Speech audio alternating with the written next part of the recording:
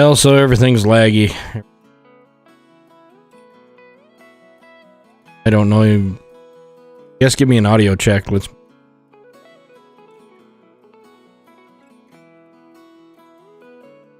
Couldn't even tell you if the audio's working.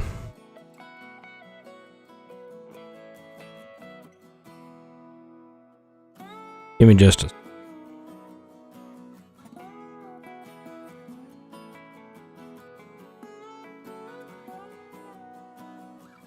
Bear with me. I don't know what the hell's going on.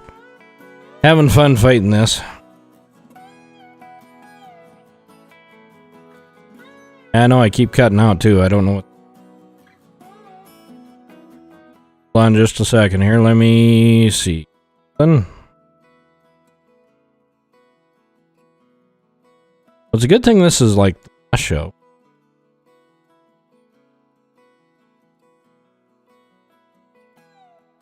We can work on some of it.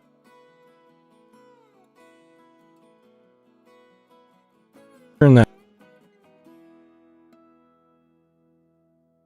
And turn this one down a little bit. Is that any better on the cutting out part?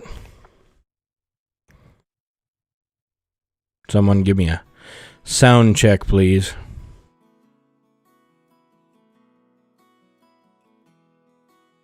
Hey, Empty Grizz, how's it going? Is the audio alright now? Better? Okay. It's always good when everything falls to hell right before the... right before you push the button. It's awesome. Gotta love it. In a not so much sort of fashion. I don't know what's going on. My restream keeps closing. I don't know.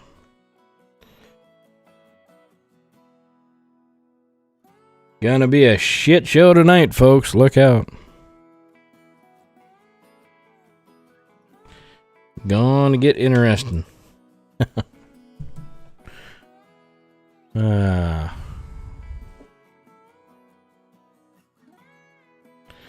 we'll see.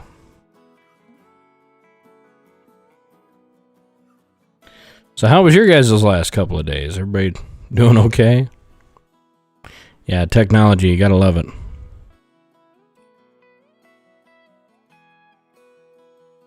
I don't honestly know what's going on.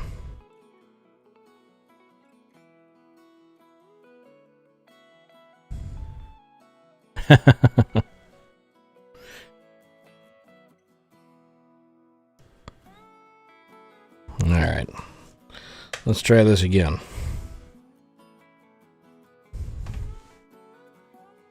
See if we can break everything tonight. Like I said, it's a good thing, yeah, you know.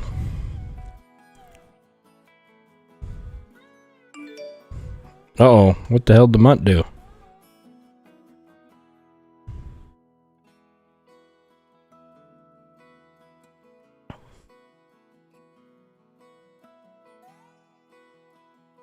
It's never good when you're spending money on the mutt. Hey, Smokey Randy, how's it going? Alright, so who do we all got in here? I think everything's working right, so we should be good to go now. Whew. I got a few... Looks like I got some encoding lag, but we'll have to live with that, I guess. Don't have any drop frames, so I'm happy so far.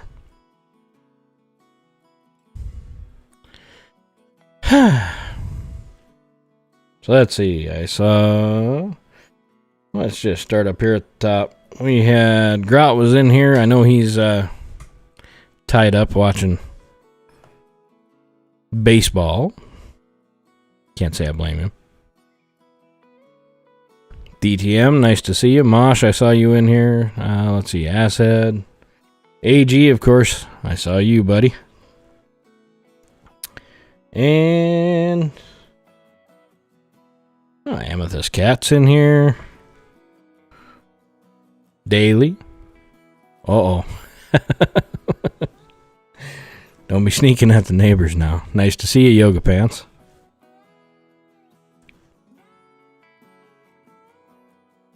Let's see. Papa Bear, saw you were in.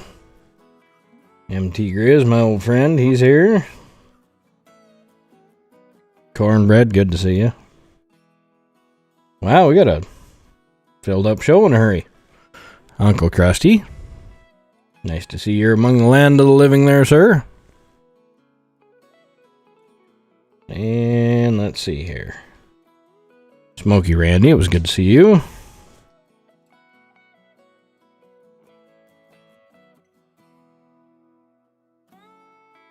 But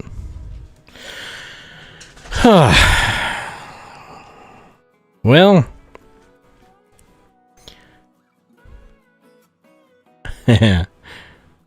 I'm sure Uncle Krusty missed you with every bullet so far.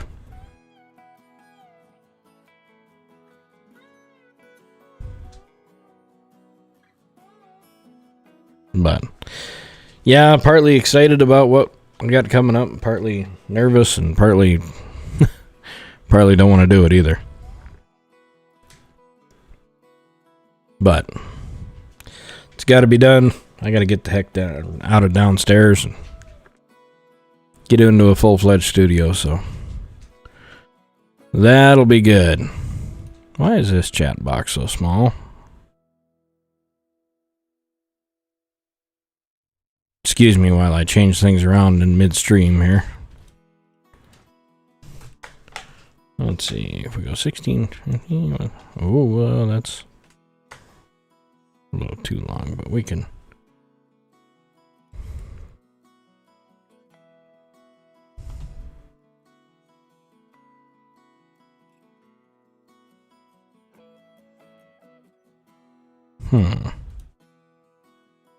I don't like it. I don't like it at all.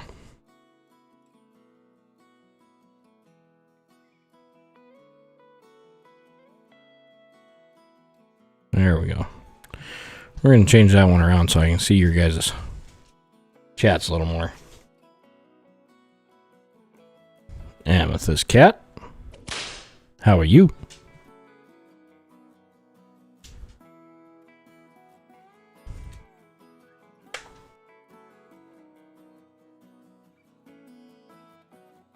Whoa, that's going to be way too big.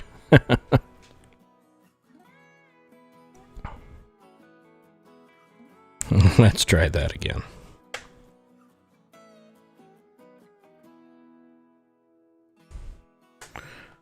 There we go. There, now you guys will make it all the way down the screen. That'll be good. Oh, but yeah.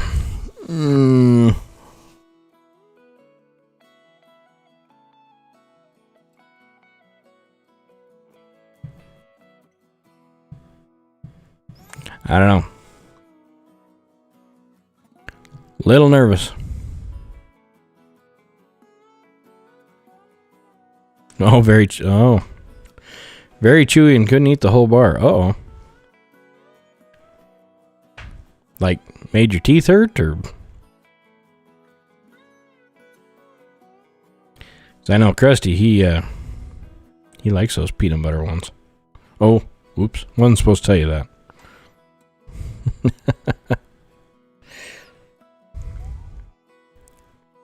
He may or may not have ate a few. Just saying.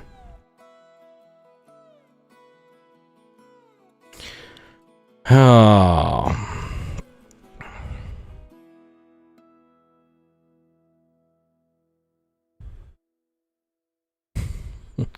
Well, you'll have to tell him hi for me there, MT. Well, maybe he's sitting there listening. Too much chewing in one sitting. In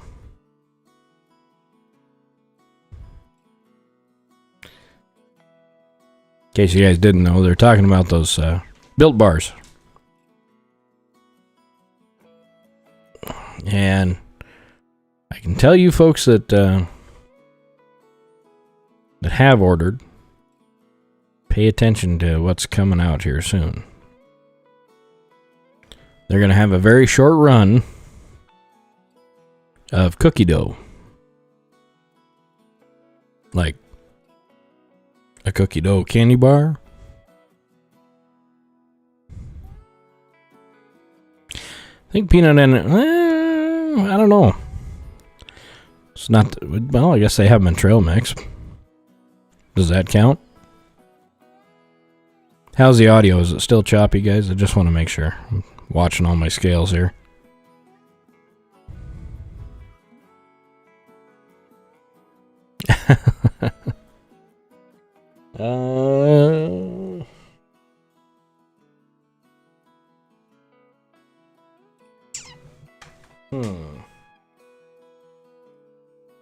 Lime tea grease. I had one around here somewhere.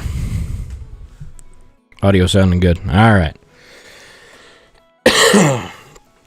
Well, anyway. So for those of you that haven't been around or don't know what's going on, you'll notice the title of the show is a little different. This is the last show for Montana Free TV for, I'm hoping, no longer than a month. Crossing fingers. Sounds way better than Krusty's audio.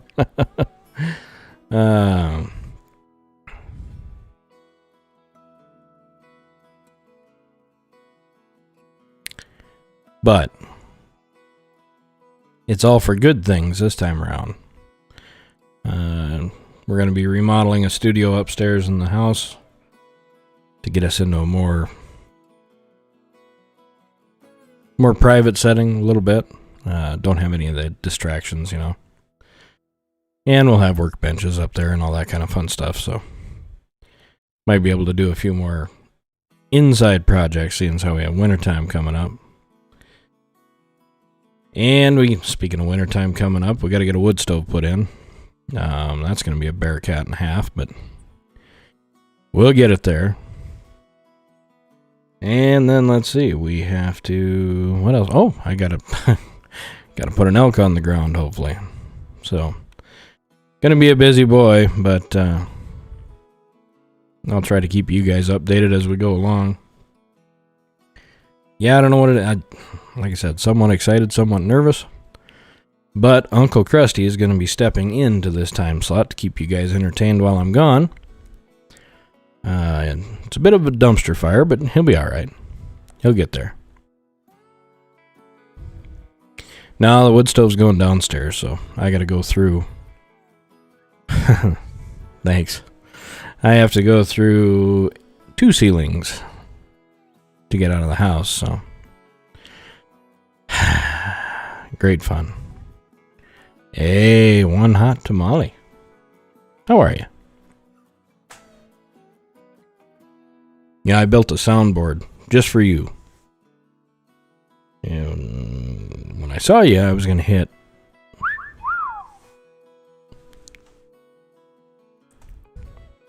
You're good here? All right. So yeah, I don't know. A lot of work ahead of me. Some of it's going to be fun, some of it not so fun. But it's all stuff that needs to get done.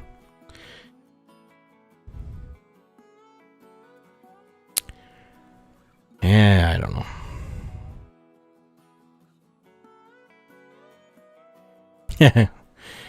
Got to get my moccasins on if I'm going to shoot some wapiti. Yeah. Yeah, I probably should. I could sneak up on them easier that way, you see. But yeah, I don't know. Lot of things to do in 30 days, but that's the goal I'm setting for myself, so. And I looked up, oh man alive. So sheetrock has finally went up with everything else. Of course, right about the time that I think I need to remodel. And the problem is I can't get it in stock. So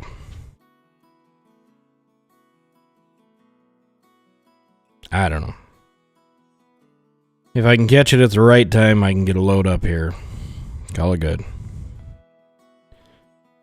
And then I have a lot of wiring to do. And if anybody's been watching copper right now, I am not looking forward to buying wiring.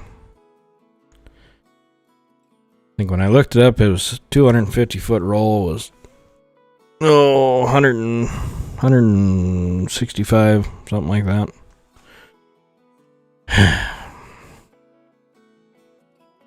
So 10 sheets of sheetrock or one roll of frickin' wire. I don't know.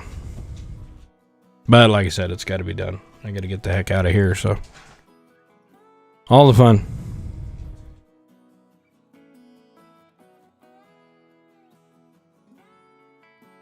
Steal the car. Well, they might get a little angry with me if I'm doing that. Plus, yeah. I don't know if I could pull that one off.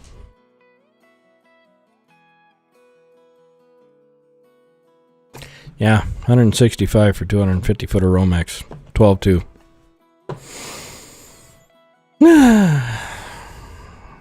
Oh well. It's only money, and at the rate we're going, it ain't going to be worth anything anyway, so fuck it. Spend it all. Yeah, exactly. Small mountains. Small mountains for a good climber. So anyway, you know how we've been starting the show off. Last few times.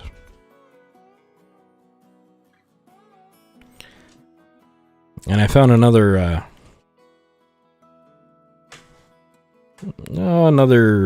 short story to read. And this one kind of struck home a little bit because I changed one word in it. This was actually a letter from a grandfather to his grandchildren. And I just changed it to my son. Just put on a tool belt. Oh, just a tool belt, or put on just a tool belt and the hammer might start chafing. Just saying. But I could. Well, I guess mine has suspenders, so it'd cover a little more, but not anything anybody wants to see on here, I can tell you that. But when I changed this letter to my son, it sunk in a little more.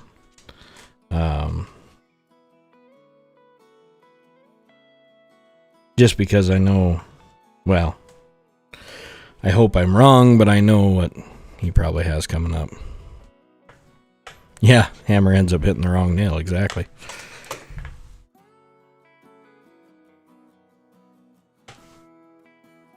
But I'll read this to you quick, and you tell me what you think. And we'll kind of go from there.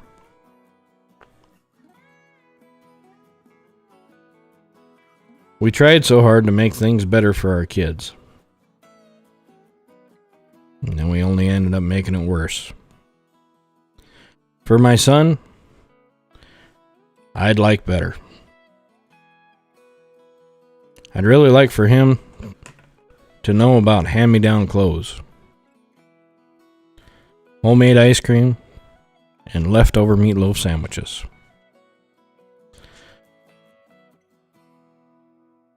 I really would. I hope you learn humility by being humiliated.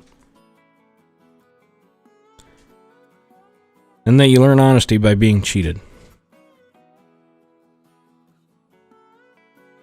I hope you learn to make your own bed and mow the lawn and wash the car.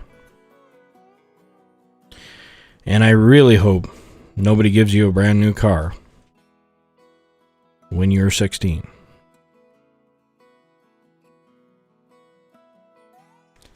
It will be good if at least one time you can see puppies born and your old dog put to sleep.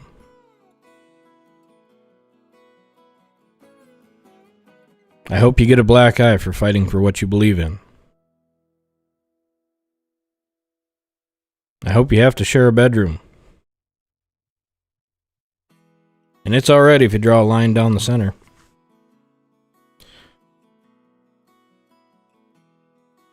But when somebody wants to crawl in under the covers with you because they're scared, I hope you let them.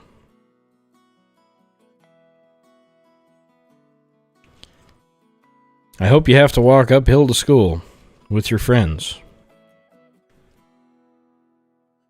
And that we still live in a town where you can do it safely.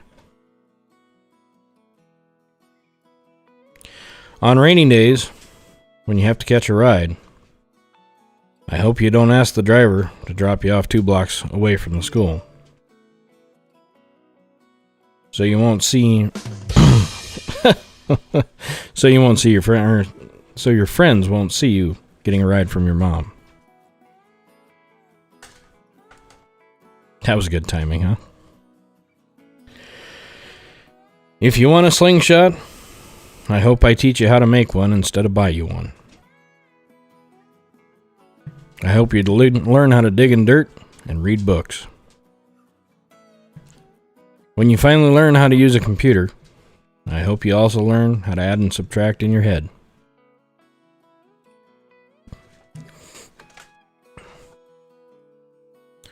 I hope you get teased by your friends when you have your first crush on a girl. And when you talk back to your mother, I hope you learn the taste of Ivory soap. May you skin your knee climbing a mountain, burn your hands on a stove, stick your tongue to a frozen flagpole. I don't care if you try a beer once, but I hope you don't like it. And if you have a friend that offers you dope or a joint, I hope you realize he's not your friend. I sure hope you make time to sit on the porch with your grandpa and go fishing with your uncle. May you feel sorrow at a funeral and joy during the holidays.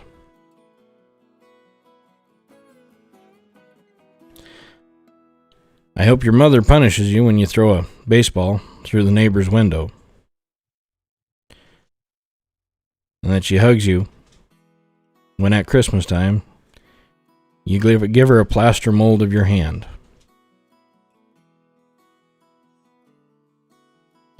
These things I wish for you: tough times, disappointment, hard work, and happiness.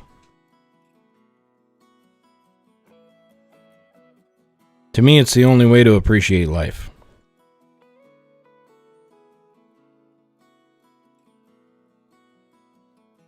Written with a pen and sealed with a kiss.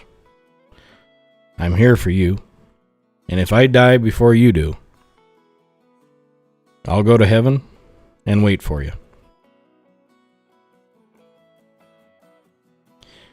And by the way, we secure our friends not by accepting favors, but by doing them.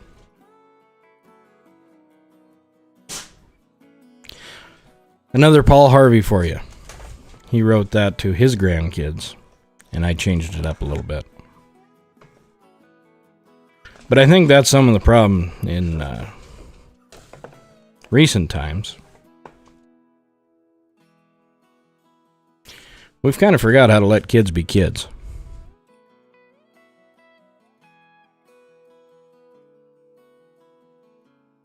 And I hope we haven't gone too far to the point where they soon won't be able to be.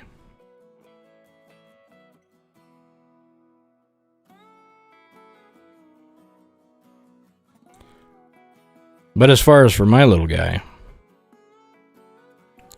he's going to learn how to be a kid, and he's going to learn the value of hard work. And I guess we'll go from there to see how he turns out. Now for a couple of short humorous stories. An average-looking man walked into a bar, and a beautiful woman approached him. The woman asked the man, Hey, would you like to get out of here? And the man is stunned. He never thought a woman like her would have approached him and been so aggressive.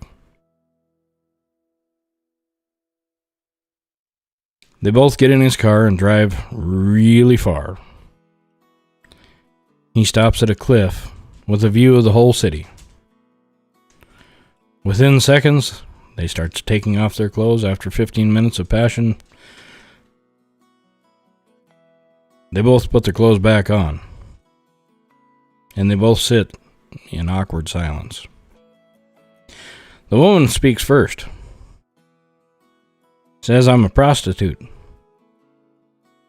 And it's going to be $100 for the service I just did."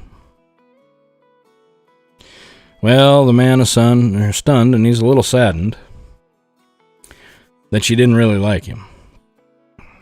He gave her the money, and they both sat there again in awkward silence. The woman tells him that she's ready to leave. And the man replies, "Well, I'm a taxi driver, and it's going to be $150 to get you back there."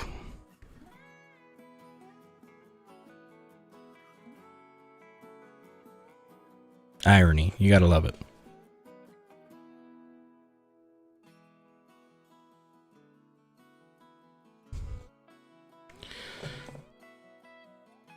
A man is dating 3 women and wants to decide which to marry. He decides to give them a test. He gives each woman a present of $5,000 and a watch. To see what they're going to do with the money, the first does a total makeover. She goes to a fancy beauty salon, gets her hair done, new makeup, and buys several new outfits, and dresses up very nice for the man. She tells him that she has done this to be more attractive for him because she loves him. The man was impressed. The second woman goes shopping to buy the man a gift. She gets him a new set of golf clubs, some new gizmos for his computer, and some expensive clothes. As she presents the gifts, she tells him that she has spent all the money on him because she loves him so much, and again the man is impressed. The third invests her money in the stock market. She earns several times the $5,000. She gives him back the $5,000 and reinvests the remaining in a joint account. She tells him that she wants to save for their future because she loves him so much. And obviously the man is impressed. Well, the man thought for a long time about each woman and what they had done for him with the money. And then he married the one with the largest breasts.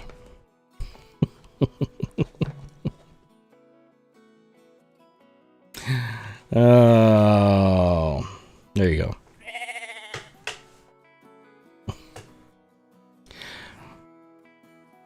So, I don't know what the future holds for us on here.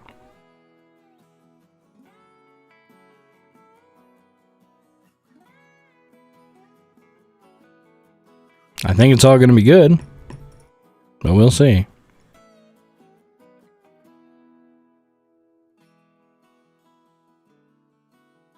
I don't know. A little nervous, I got to be honest with you.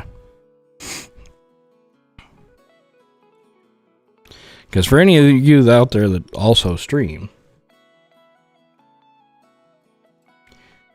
you know I see Mighty Torch snuck in. How's it going? You know as well as I do that when you shut a stream down for just a few days, it hurts.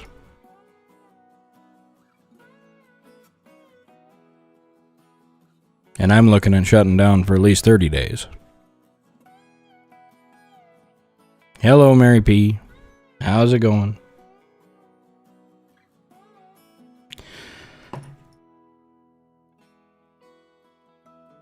So the only thing I'm going to be able to ask you guys to do is bear with me on this. And I think we'll be better coming out the other end.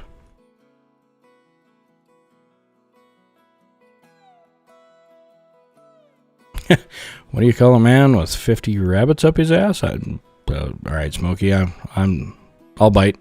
What do you call him? Iron Dog, nice to see you. Rosanna, how's it going? Warren.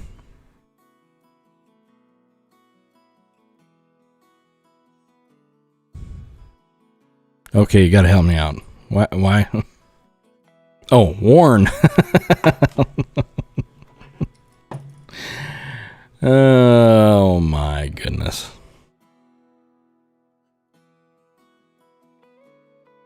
My. So I thought tonight I would try to do something a little crazy and something we haven't done before.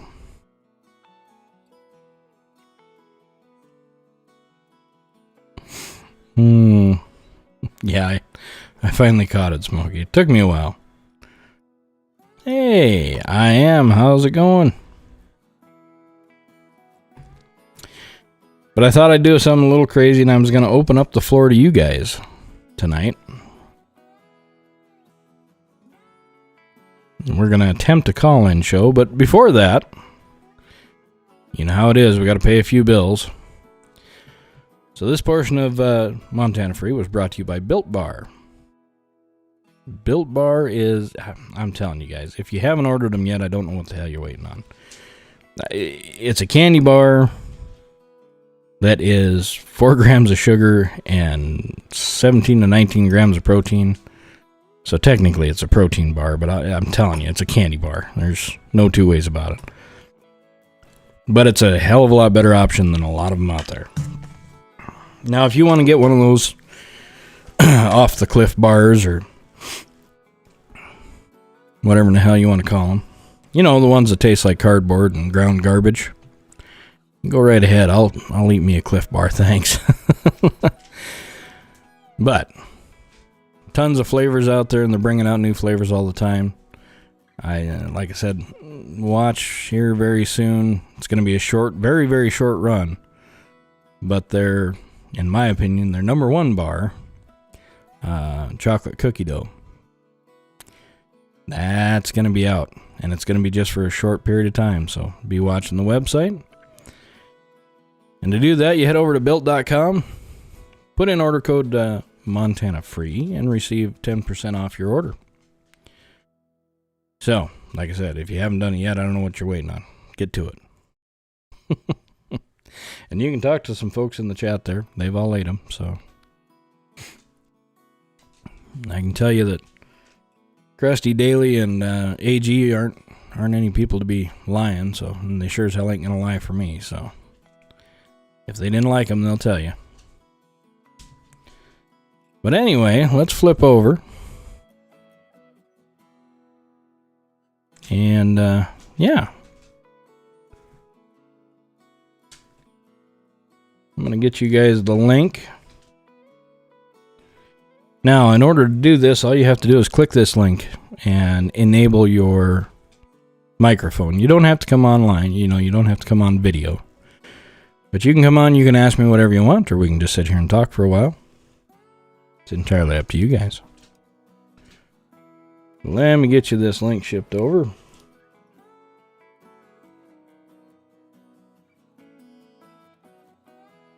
There you go.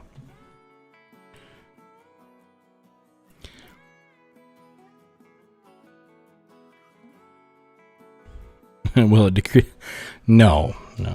We wouldn't want that anyway, now would we?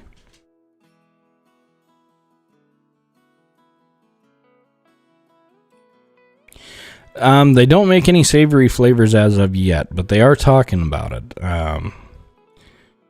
But they do have broth mixes too that are high in protein and actually high in collagen for your joints. Not those joints. Knock it off.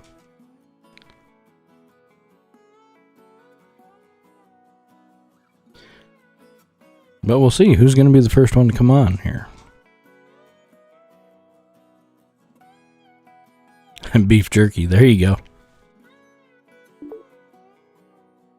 Oh, look at this. Look at this. Look at this. Let's see how it goes here. Well, I got to make one shift. Alright, we already got that set. Well, Krusty, I don't know where you went. Are you there, sir?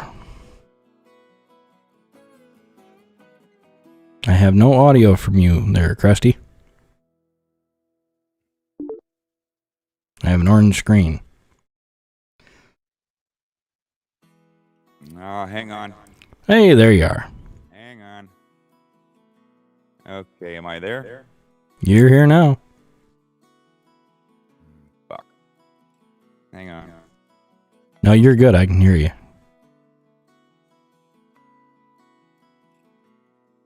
Is that better? Yeah. Yeah, I got you. What's going on? Just to let you guys know, this is what I'm looking at. I don't know if Krusty can hear me or not.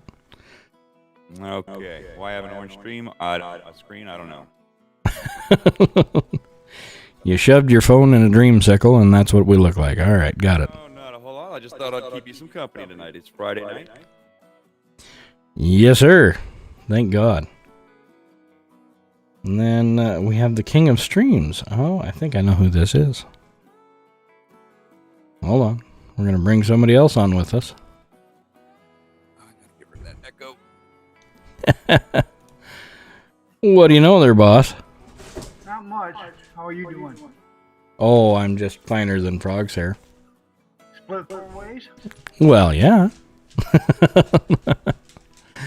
So how you been, dog? Oh, pretty good. I want to thank you for coming into the live streams in the morning.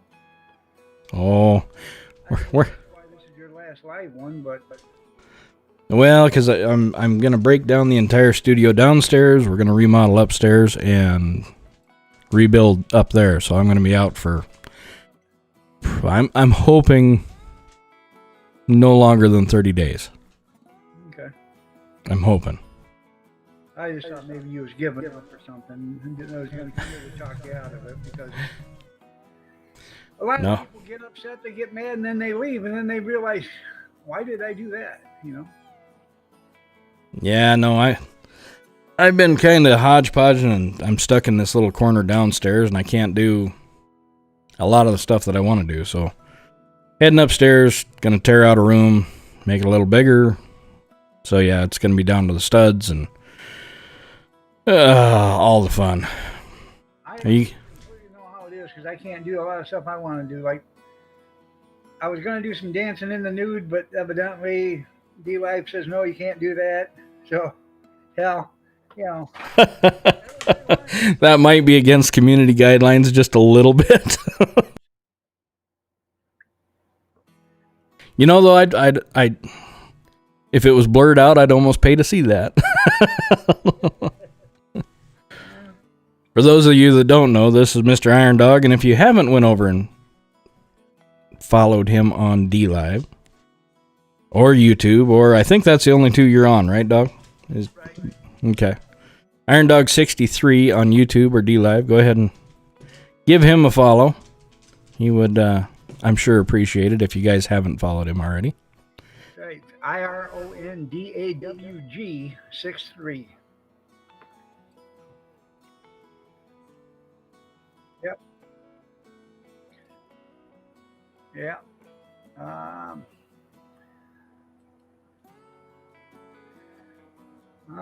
don't know how to do it. I'll just put my name in there. There you go. Yeah, if you guys haven't followed Iron Dog, head over there and give him a follow. Good guy. Usually gets a little ornery in DLive, but other than that, not too bad.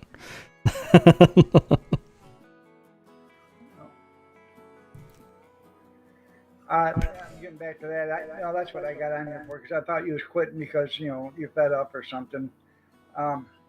I know a few guys that's done that. They've come back, and once they come back, they never come back right, because then they always quit again. It's easy to quit again, quit again, quit again. So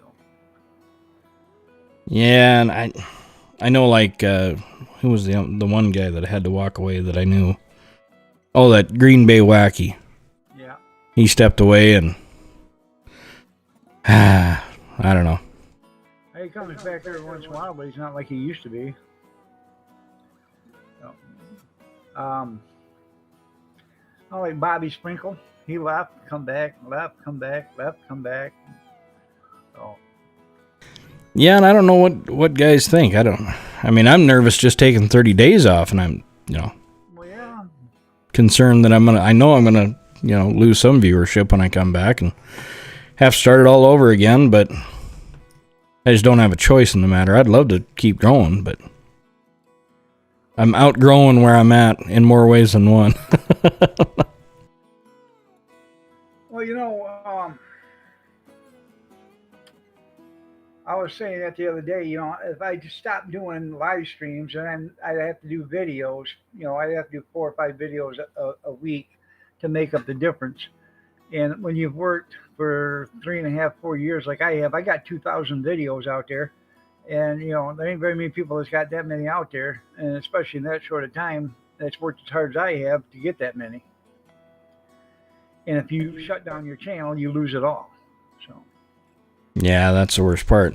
Walk away and it's all wasted at that point. So that's why I'm a little, like I said, I'm a little apprehensive to do it, but I just don't have a choice. I have grown into this spot, and now, especially putting a wood stove downstairs, we need more room to move stuff around, so I'm getting exiled to the upstairs.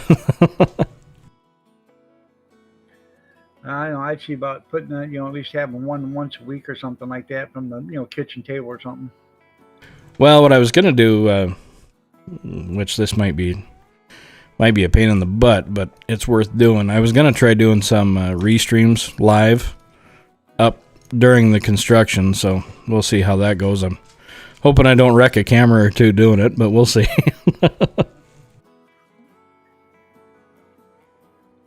But meanwhile, Uncle Krusty's going to be taking over for me for this time slot anyway, to just try to hold it for till I get back. But I don't know, he's kind of ornery. I don't know, he's not gentle like me. But he does call his show the Dumpster Fire, so. Huh. I don't know what's. I know all about dumpster fires. You had a few? Garbage man for 25 years. I know all about dumpster fires. Yeah. So that's where you get your haggling and. Yeah. In fact, they sent me to a dumpster one day to pull it out away from the building while it was still on fire. The fire department says, I don't know why you're going to do it. I said, they want it out of here. This damn thing's flaming up. They've got the hoses putting water on it, trying to keep the heat down so I can hook onto it. They took their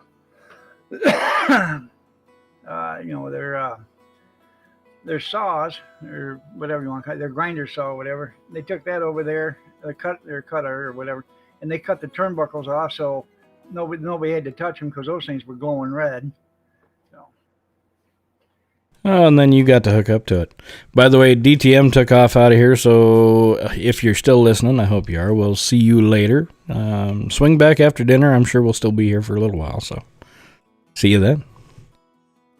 So, Dog, how in the hell did you get this early morning schedule? Because, man, it kicks my ass. I'm an early riser. I used to get up every morning at 2 o'clock in the morning. Garbage man. Got it. 10:30, get up at 2 o'clock, be to work at 3. So 6 o'clock in the morning was sleeping in.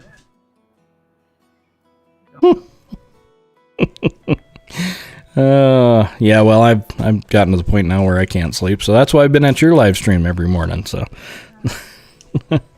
I hit yours, and then I head over to Methods at 7 o'clock, and by then all hell breaks loose in the house, and away we go. So, but Get out of here. There's somebody else come up. You all have a great day, and God bless. All right, sir. We'll catch you later. Yep. Have a good day. I don't know what happened to Krusty. He was on, but he was getting an echo. I don't. If you're still out there, sir, looks like you're still live. You haven't hung up yet, but I think I figured out your echo problem. My mic was picking you up. Oh, I'm still here. I was just listening.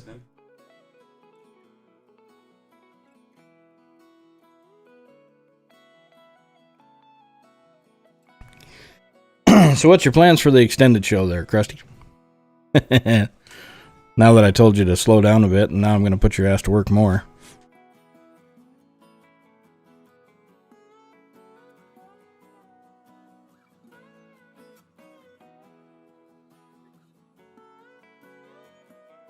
Oh, I don't know.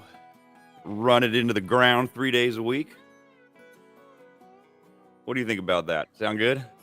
Yeah, what the hell, let her buck. I don't care.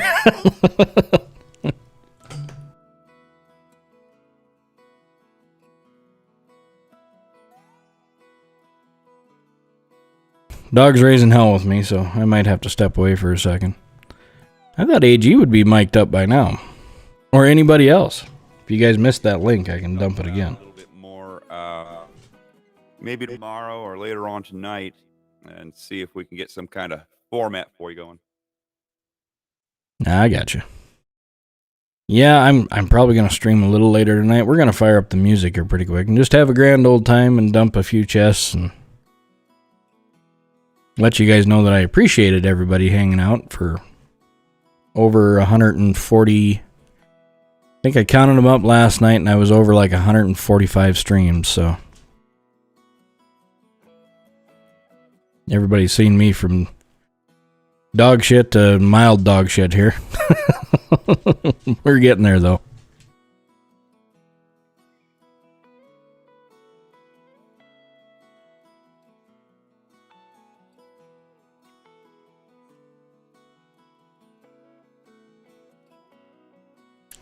If I was to guess, I'm oh geez. Well, Art, thank you for the diamond. Appreciate it. I'm guessing, Krusty, are you listening to the DLive audio or are you listening to the audio and restream?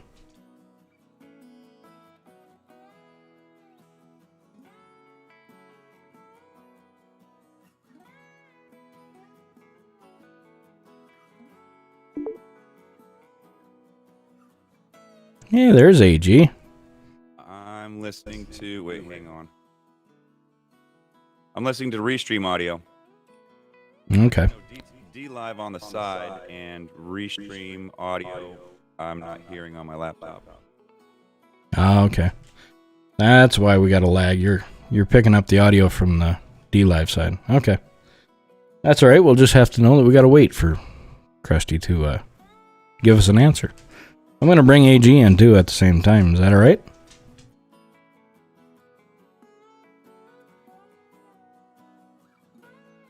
All right, AG, you're up. How are things going? Hopefully my audio is good. Go for it. Good to see you, AG. Yeah, your audio's fine, I believe. I brought you up a little bit so you were loud enough. So how you been? Are you planning... So wintertime is when you're going to fire up your streams? Yeah, that's the plans. I've been kind of busy, so, you know, winter's usually my off time, so that's the plans. I really think you need to look into that Scrimshaw deal. I think that's... I mean, don't get me wrong, you can game too. That was fun as hell. I watched it all the time, but I don't see anybody on DLive doing Scrimshaw. And I know you're like me, you're a redneck. You got enough stories that you can fill that dead air while you're carving on a skull. Oh, yeah, I mean, that's... Scrimshaw is what I used to do for basically my personal entertainment, so... Used to do everything from carving rabbit bones to making fishing hooks. There you go. I would I guess I'm not. I shouldn't speak for all of D-Live, but I would thoroughly enjoy watching it. It's one thing I could never get into is, my stepdad carved some shoulder bones out of like whitetail deer and stuff like that, and we carved some horns, but it just takes way too much patience for me. Oh yeah, it's definitely a time killer. It's not something you can just throw out anything good for, in an hour or so. It's something you can invest a couple days in. Well, I see right there. Art Queen says she'd love to watch it. Or she'd like to. Scrimshaw's beautiful, she said. Yeah, it's definitely an art form. Not one that I can pull off myself, I can tell you that. I can tie a hell of a knot, but I can't carve worth a damn. I can whittle on a stick, I guess. Does that count? Yeah, whittling on a stick works too. Anything like that with involving a knife, you just takes a steady hand and you can make something out of it. Gotcha. Yeah, see, Art Queen says she would love it if she had to. So that's a plus. How's the audio, guys? Are you guys getting an echo still?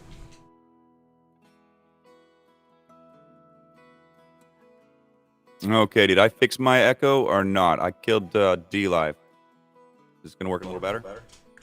Well, can you hear me better now? Can you hear me at all, hopefully? More in real time. Yeah. If you're listening on Restream, it should be pretty real time. Yeah, I'm not used to Restream. This is the first time I've been on it.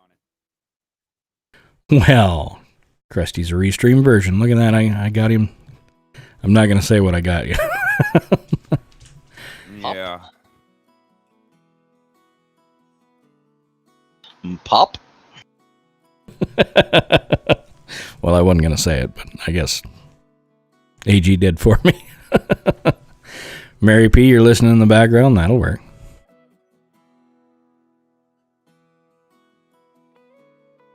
So, let's see here. What do we got? We have...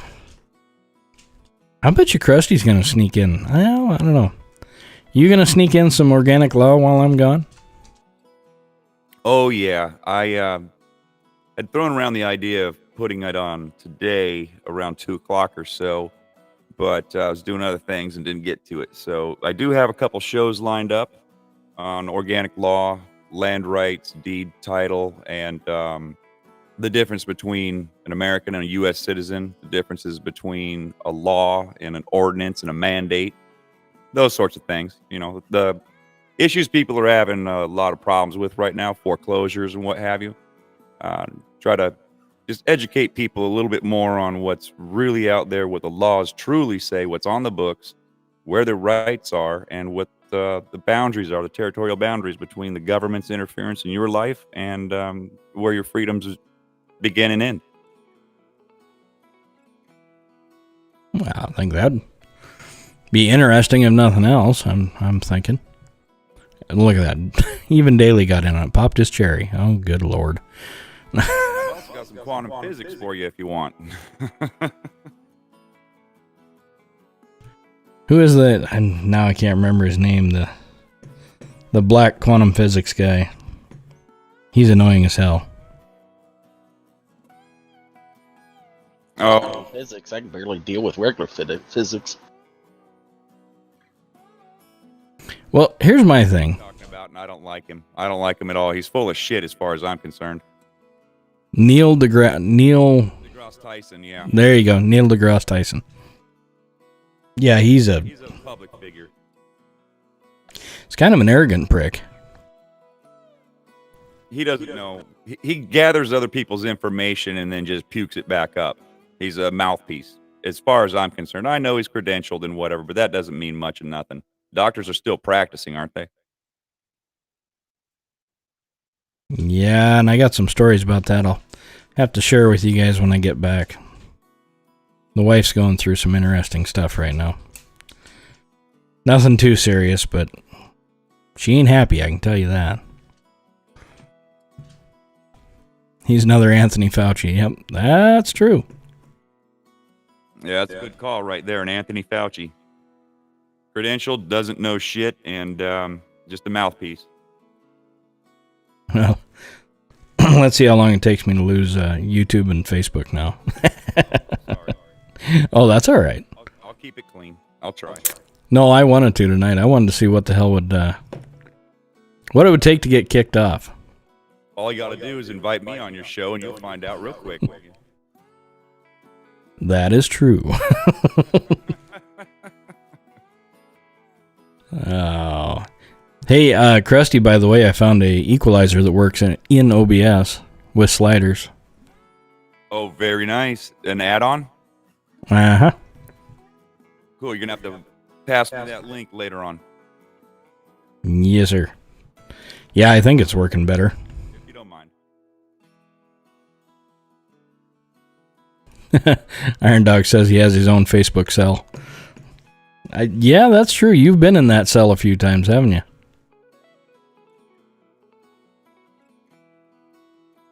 AG, I don't even think you have a Facebook page, do you?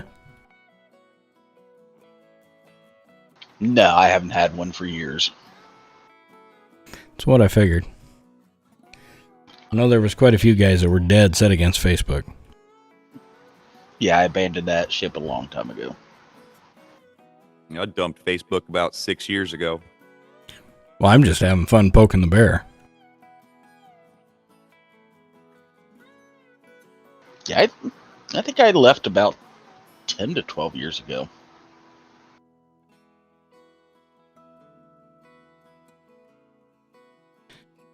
Yeah, I don't know. It used to be fun. Now it's just, I don't know. It's kind Another- of with these sites, isn't it? They always start off being fun and free, and then they just whittle you down before you know it. Everybody's in a cage. I know. I'm trying to get over to Foxhole. We'll see how that goes. I kind of gave Methods a little heads up this morning, so we'll see. I'll throw him an email and let him know what's going on. That might push the process forward a little bit. No promises, but yeah, I can stay in contact with him a bit. Yeah, I don't know. You know, it's that typical.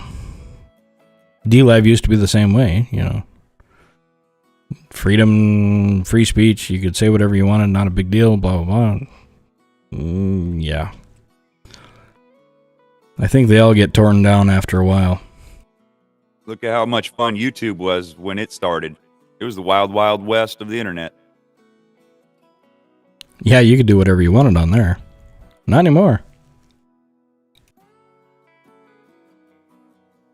But hopefully this isn't too boring for you folks out there. I could get Krusty into some stories if you want to sit here for 3 or 4 hours.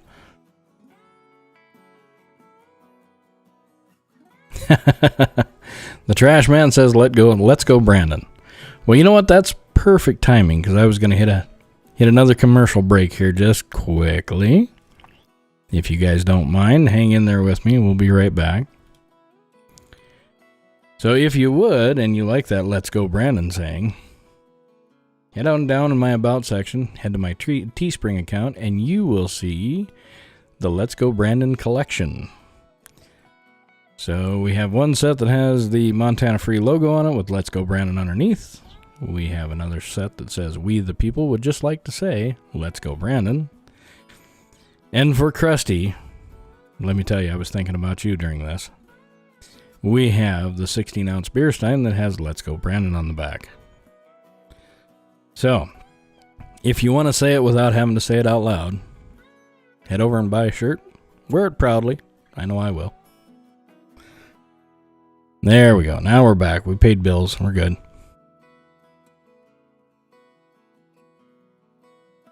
I don't know. I may get me one of them mugs myself. That's true. I've read it. Yeah. I don't know when the music's... Go ahead, Krusty. Oh, it's a good-looking pint glass. That's all I was saying.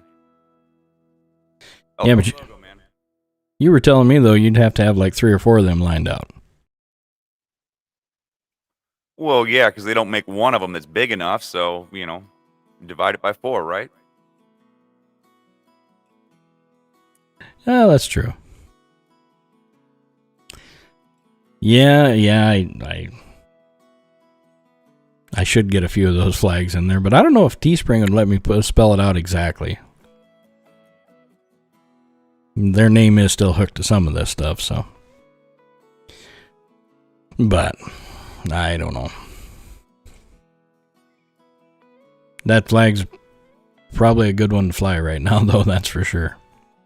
I don't know what was going on in Great Falls today. I was in that town late this afternoon. And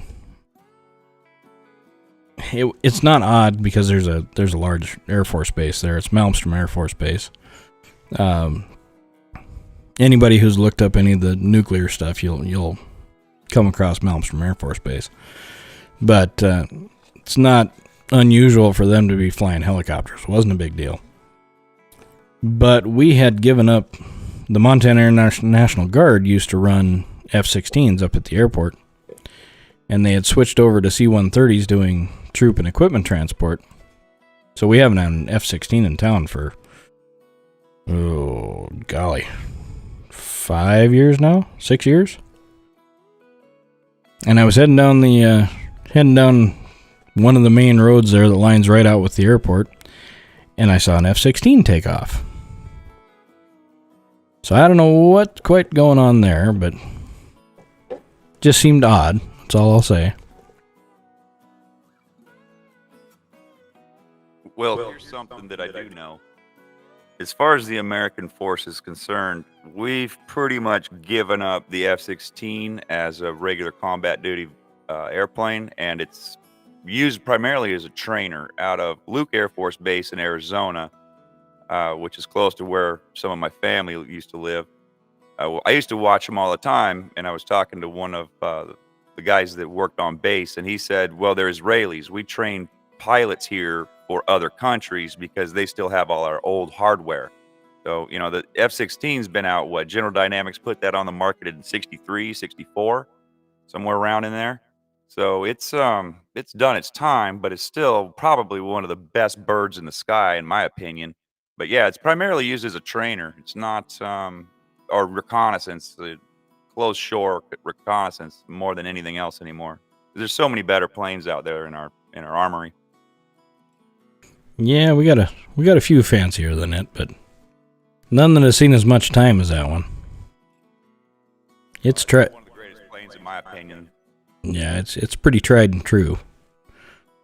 So Daily, do I need to make you up a shirt that says F-46? That sounds like a new fighter jet. There you go. We could take let's see, I could get a image of an old F-16, wrap it in a Trump flag, and have F-46 on the bottom. I like it. Or a hat. There you go. Yeah, I don't know. We'll see what I can come up with here. I'll have a little more time to work on some of the stuff late at night because I don't think the wife's going to let me swing a hammer upstairs after like 10 o'clock, so she'll shut me down pretty quick.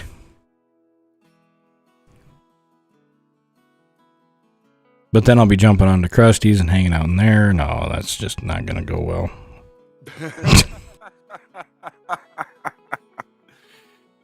Don't tell your wife where I live, all right? I got enough trouble. Yeah, well, I'll try not to. I don't know, though. I may have to sacrifice you if I start getting in too much trouble.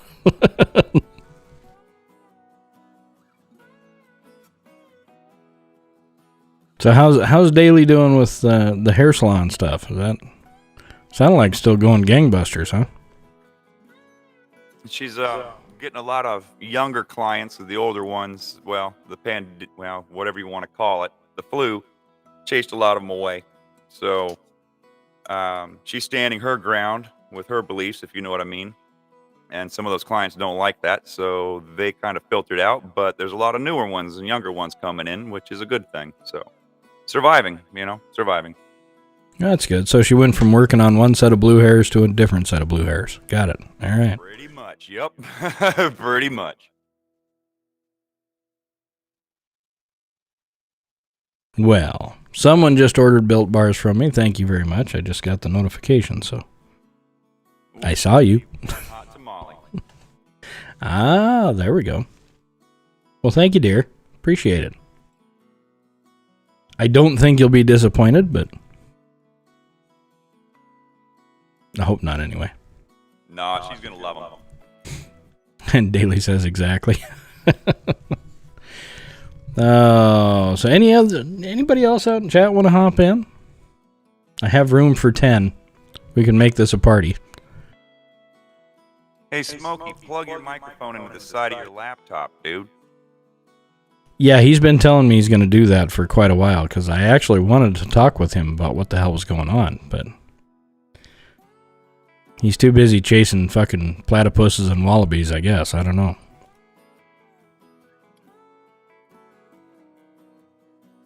See if I can goad him out with the platypus thing.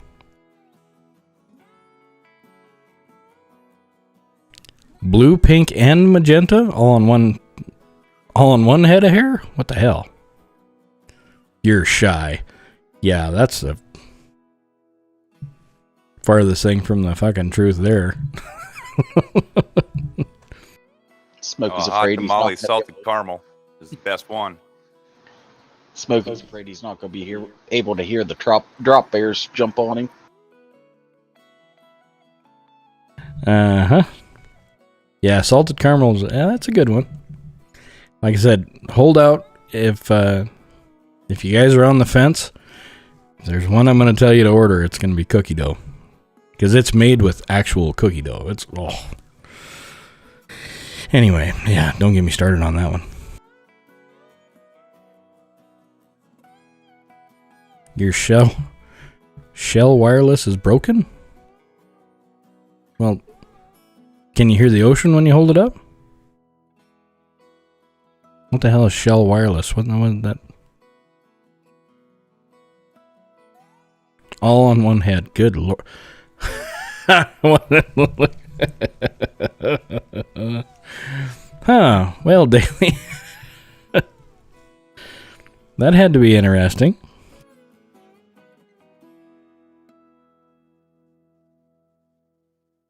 Yeah, Smokey, everybody called bullshit on your whole shyness thing, by the way. I really would like to get an Australian's perspective on what's going on in Australia, because all we hear is the fake news, but...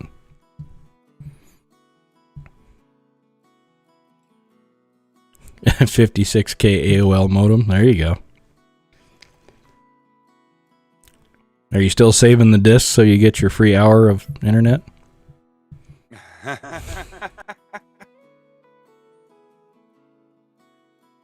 It's a Hawaii phone connection. What that explains it. You just got to pull the string a little tighter.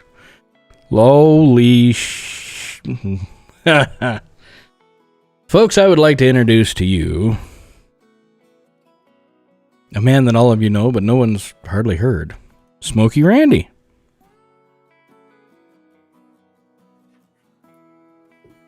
Smokey, you there? I think so. Hello. Oh, look at the Aussie accent and the whole 9 yards. Holy shit, he's going to have the women fawning over him. Yeah, welcome aboard. Can you actually hear me? How you doing, Smokey? You're coming through loud and clear, man. Good to hear from you. Yeah, g'day everyone. Yeah, I'm a little bit shy when it comes to talking on camera. Well, I'll keep you off camera. You can just think of it as a call into a radio station there. Then that make it easier? Not really. Shirt on. Oh, you know he ain't got a shirt on. Yeah, so I'm just calling in because you are busting my balls too. So. Well, sir, actually, I wanted to ask you some actual questions about what the hell's going on down there.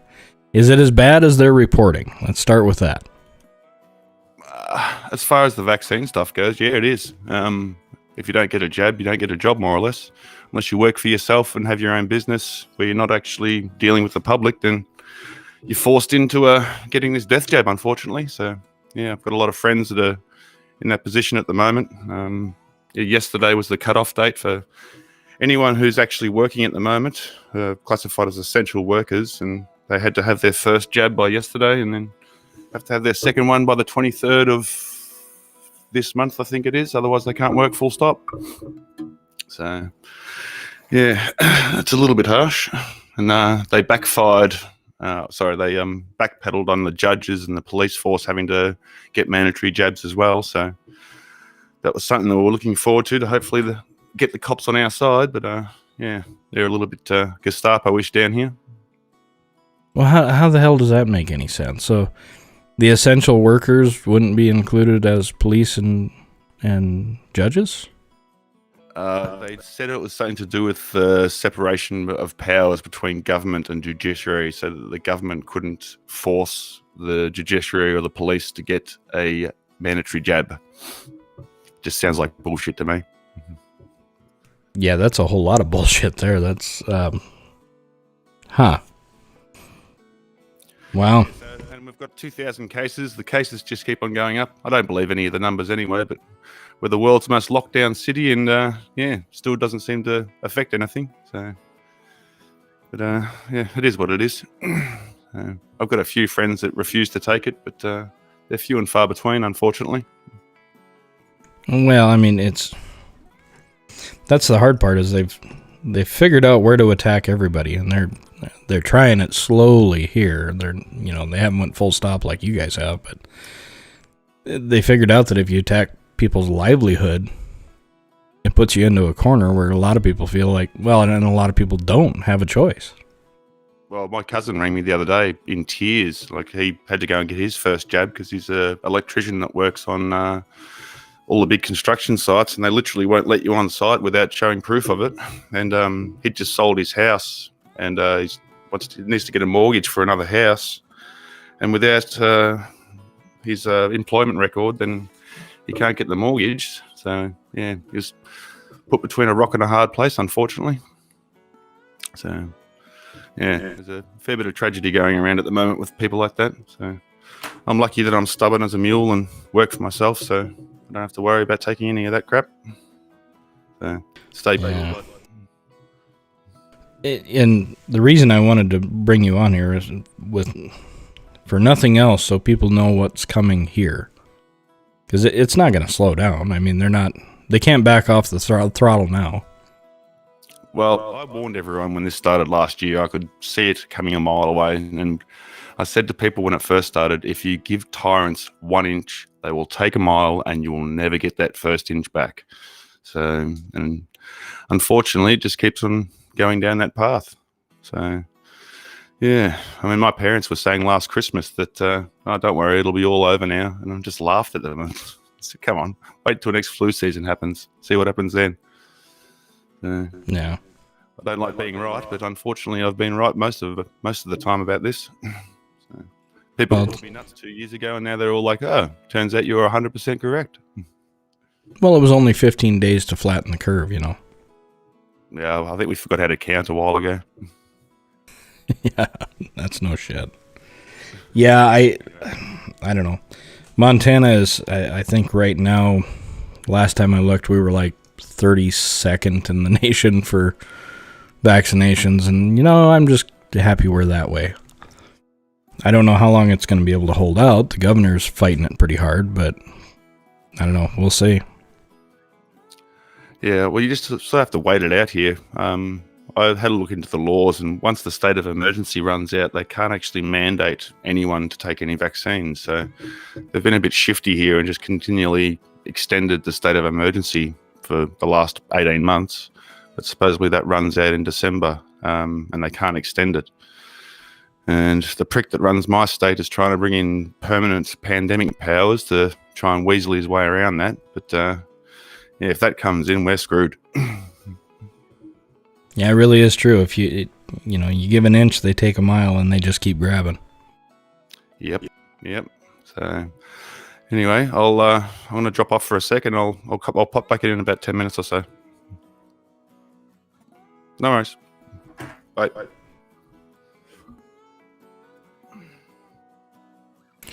Huh. Well, that was interesting, to say the least.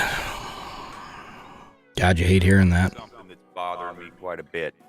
Organic law and common law, natural rights, they're all the same thing, basically.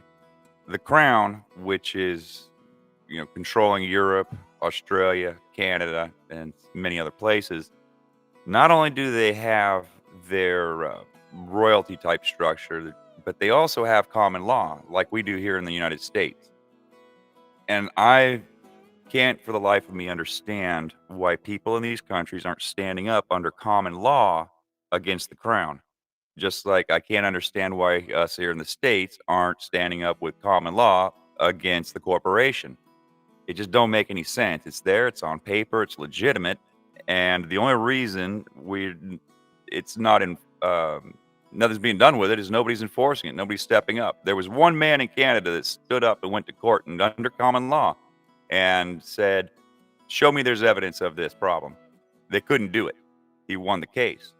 But he didn't go in under their system. He went in under common law. It's a different court. It's just like here in the States. Most courts you have are administrative. They're not common law. But if you go in and say, we're in the wrong venue, and you demand that it gets taken care of in common law, it's a completely different set of rules. But nobody knows this, and so even though it's there, it's fully legitimate, it's not being taken advantage of, and that was one of the founding principles of all societies, is the common people must have a set of rules to fight their governance. So it's frustrating. Yeah, and the hardest part that you run into is, as far as for me, I don't know how everybody else is feeling, but they don't even follow their own laws. You know what I mean? I mean, just like this mandate that's currently hitting everybody in the U.S. for anybody over 100 employees. It's not a mandate. Everybody keeps calling it a mandate. It's never been signed in. The Supreme Court already told him, don't sign it because we're going to have to take it down. So they're just word of mouth getting everybody to do this damn thing. There is no substance behind it, and that's why they can't. As well as it doesn't matter if it's a damn mandate or a code or whatever. It doesn't matter. It's not law. You're not held to something that's not a law. It's not hard, folks. It's not hard to understand the truth.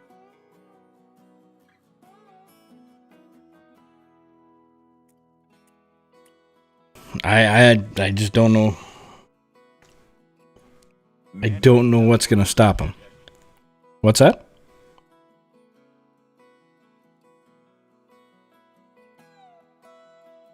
Krusty, what did you say?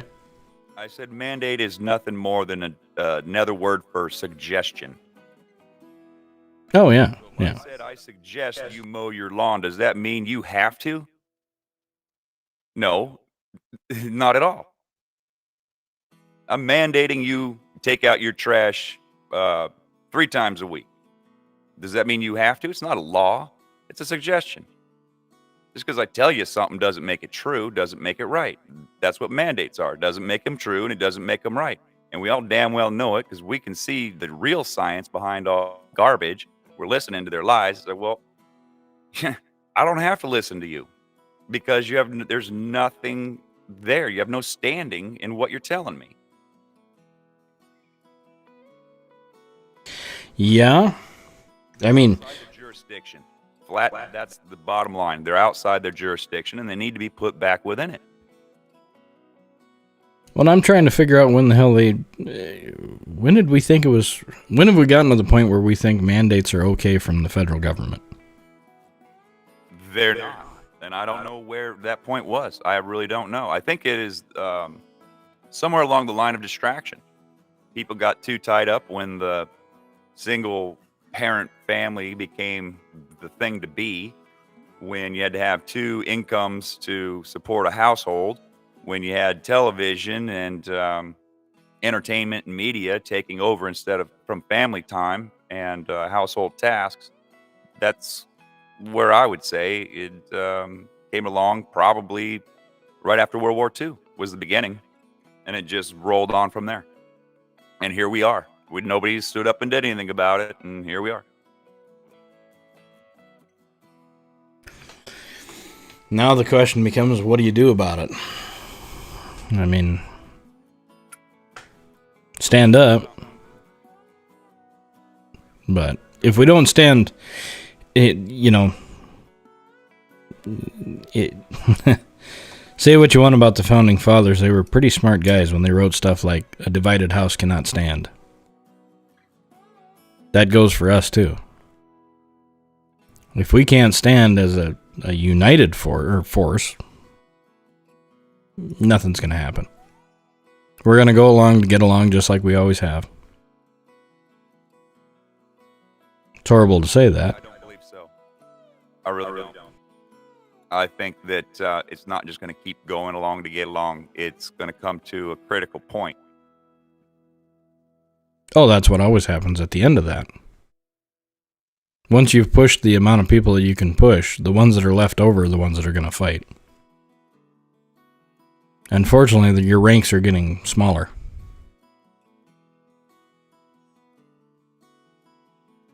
Yeah, at this point. Shit, sorry, AG. Keep going, dude. That's right. I said at this point, I'm not sure there's enough people willing to fight left to do anything about it. That's pretty much where I was going, is how many is that number going to be? Is it going to be a big enough number? Will it be at least 3%? 10% would be nice, but can we at least get 3? I'm wondering if we can even get 3 at this point. Because that's all it takes is 3%. Well, 2 years ago, I would have told you, yeah. Now? I don't know. I mean, it's become obvious now we can't even really rely on the military to be on our side, so... Well, definitely not the higher rank. Yeah, of course. I mean, there's, lower ranks that are loyal to, to America, but, are they really going to turn on the establishment knowing that the establishment knows everything about them? They could go after their families. Yeah. Well, Grot thinks we have 3%. I hope so, Grot. I really hope you're right, man. You can count me in. Well, I'm a sucker. I'll play your silly games.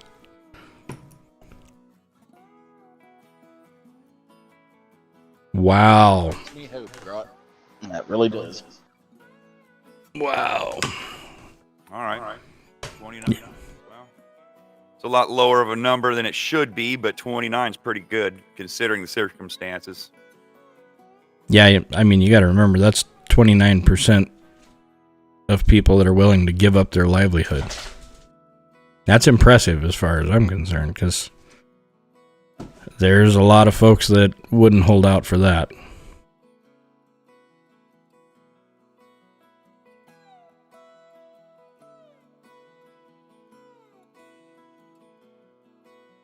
Well, 29% above anyone else.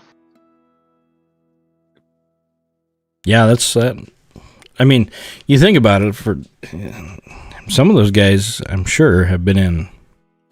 They're not just the 4 and out guys. So they're looking at retirements that they're giving up. They're looking at and I'm wondering what's going to happen. Is it a dishonorable discharge at that point? Is it a medical discharge? I don't know. Yeah, I'm not sure what chapter that would fall under, because I don't think you can do voluntary separation at that point. You might be able to.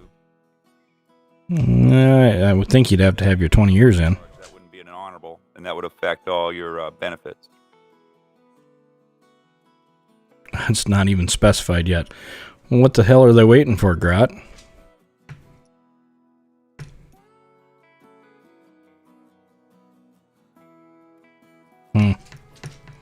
Yeah, yeah, that's what I'm kind of thinking. Is it depends on how many years in and whether or not you can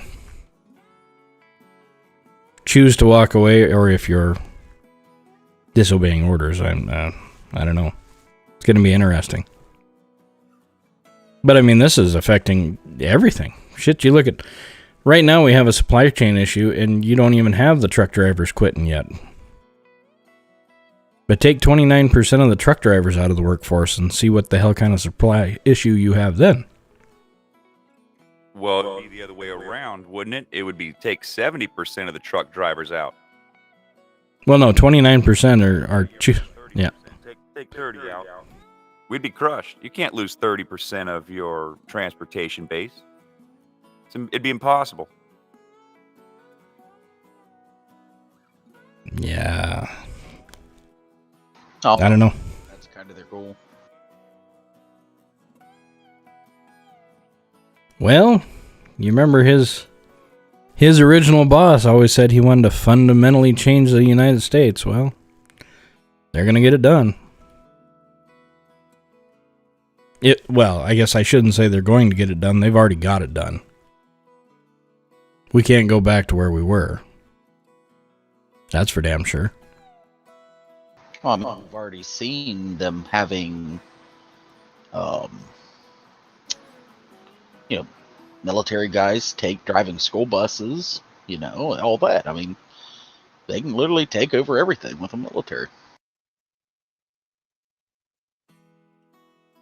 Yeah.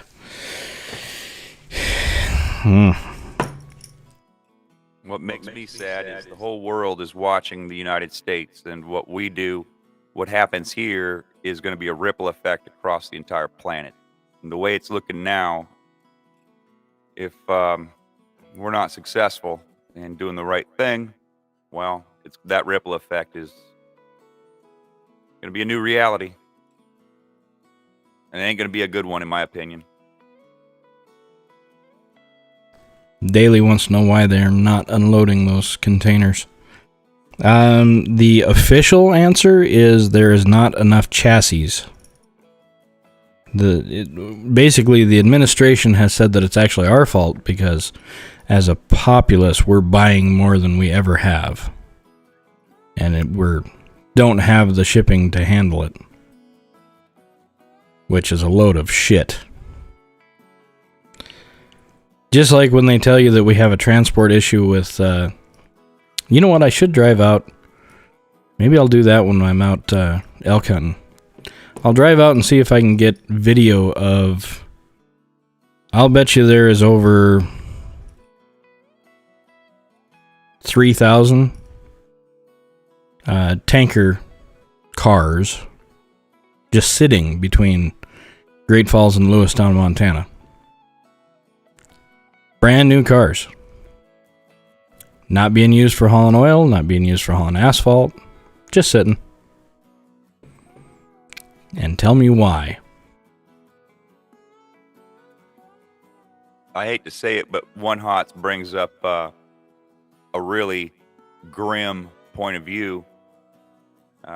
In the years past, we've always known that those ocean containers are fitted with equipment and what have you to smuggle humans and other things that are living that aren't supposed to be in containers, but they're for a certain duration only. So, God forbid, in all of those 300 ships that are out there just stranded at sea, there's people in them. They ain't no more. Well, but I don't know. Well, I mean, you're talking the insulary, but right now, why would you bother with a container ship? Just make to Mexico. I mean, hell, you can walk across from there. And I would love to know more about what's going on down there with the little bit of information that someone released in the chat. I'm not going to name any names. But trying to figure out why our military is being sent down there. There's something is about to change on the border, and I don't know what it is. By the way, Smokey's back with us, so. Yeah, I'm back. So I don't know. I don't know how we can help down there. Well, I guess it is what it is. What's scaring me is more than once, the Australia and the United States have kind of been linked at the hip for quite a while now, and how goes one usually goes the other, and vice versa. So when you're telling me stuff like that, it's raises the hair on the back of my neck. Let's put it that way.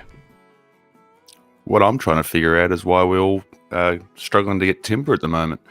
Seems to be a timber shortage everywhere. I've got friends in the construction industry that can't even do jobs at the moment because they can't get the materials. It's been like that for probably the last 18 months or so. And where's your guys' lumber come out of? It comes from here. Oh, it's cut in Australia, and wow. So we've got plantations here, and we usually export most of it to China, and they're not taking it because they're fighting with us at the moment. So it actually makes zero sense why we shouldn't have a whole heap of it at the moment. Are they going to blame it into the 50% off. Yeah, The exactly oversupply. right. The oversupply, it should be dirt cheap. Yeah, well, that's what happened with the lobsters. The Western Australian lobsters, the Chinese stopped taking them, so we can get these premium lobsters at the moment for really cheap prices. But yeah, not when it comes to any building materials or anything like that.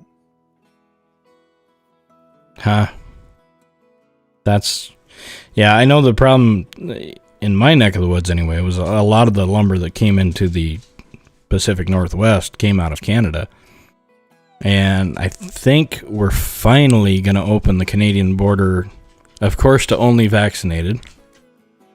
I think it was November 8th. They finally signed a release to open it up. But it was kind of a twofold situation in the U.S. One, the current administration decided to pull its federal leases for just about anybody who was using it for business, whether it was a oil rig or whether it was a timber harvesting crew, and basically put us in this funk. And then we were supposed to offset it with the Canadian lumber, and then we shut down the Canadian border. So you watched OSB. For those of you that don't know what OSB is, it's that large chipboard that they use on subfloors and roofs and stuff like that. We had, you used to be able to buy that stuff, I don't know, $17, $18 a sheet for for a 3/4 inch. And I think the last time I went to buy it, it was $81 a sheet.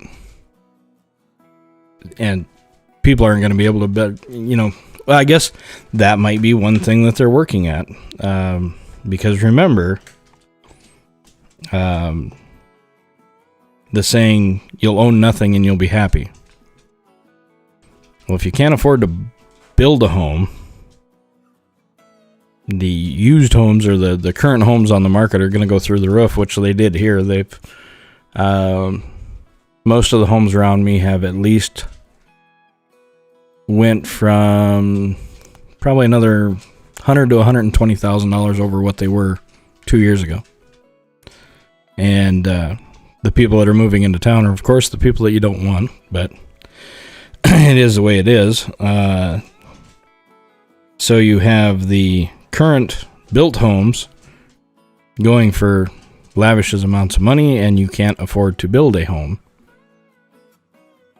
So your option is to rent or stay in an apartment or move to a bigger city.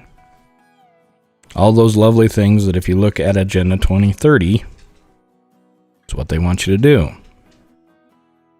So, just my 2 cents. I don't know if it's accurate or not, but just my feeling on it, I guess. Because there's no damn reason that... Montana's full of timber. We shouldn't have a timber shortage. Sounds like Australia is the same way. You guys should not have a timber shortage. But yet we do.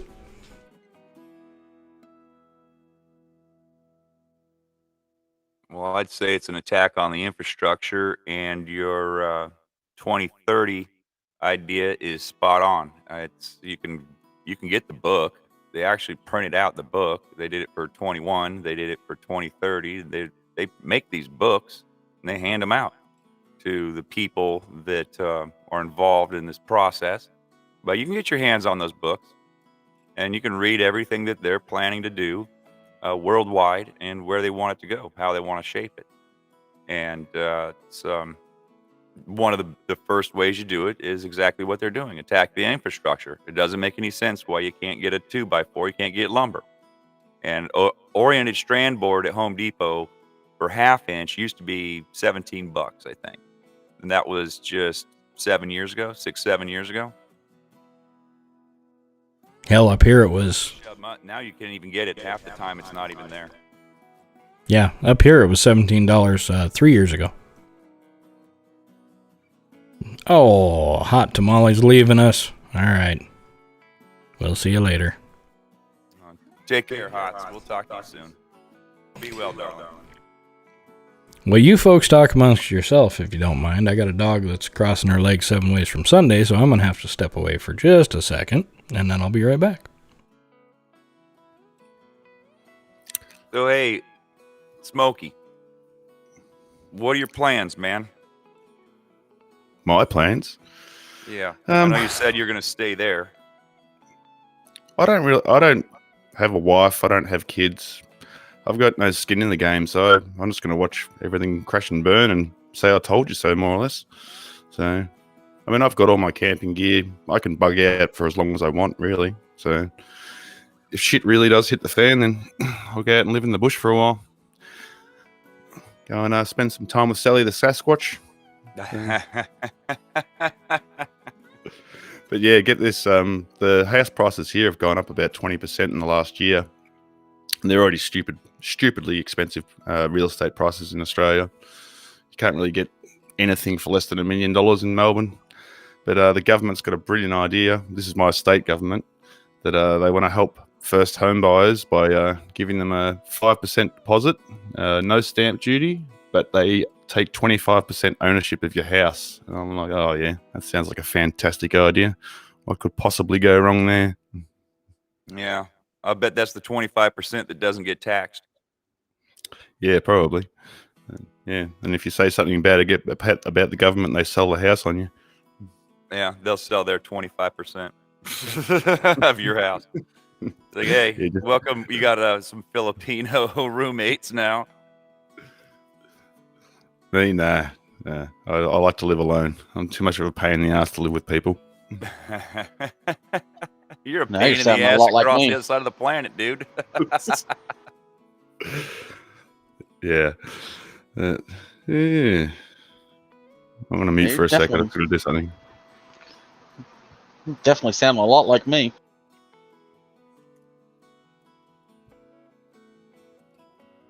What was that, sorry? I said he definitely sounded a lot like me. I'm a pain in the ass to live with. Yeah, that's why I got 2 dogs. They put up with my crap. Yeah, better a dog than a wife, I say. They listen to you more. That they do.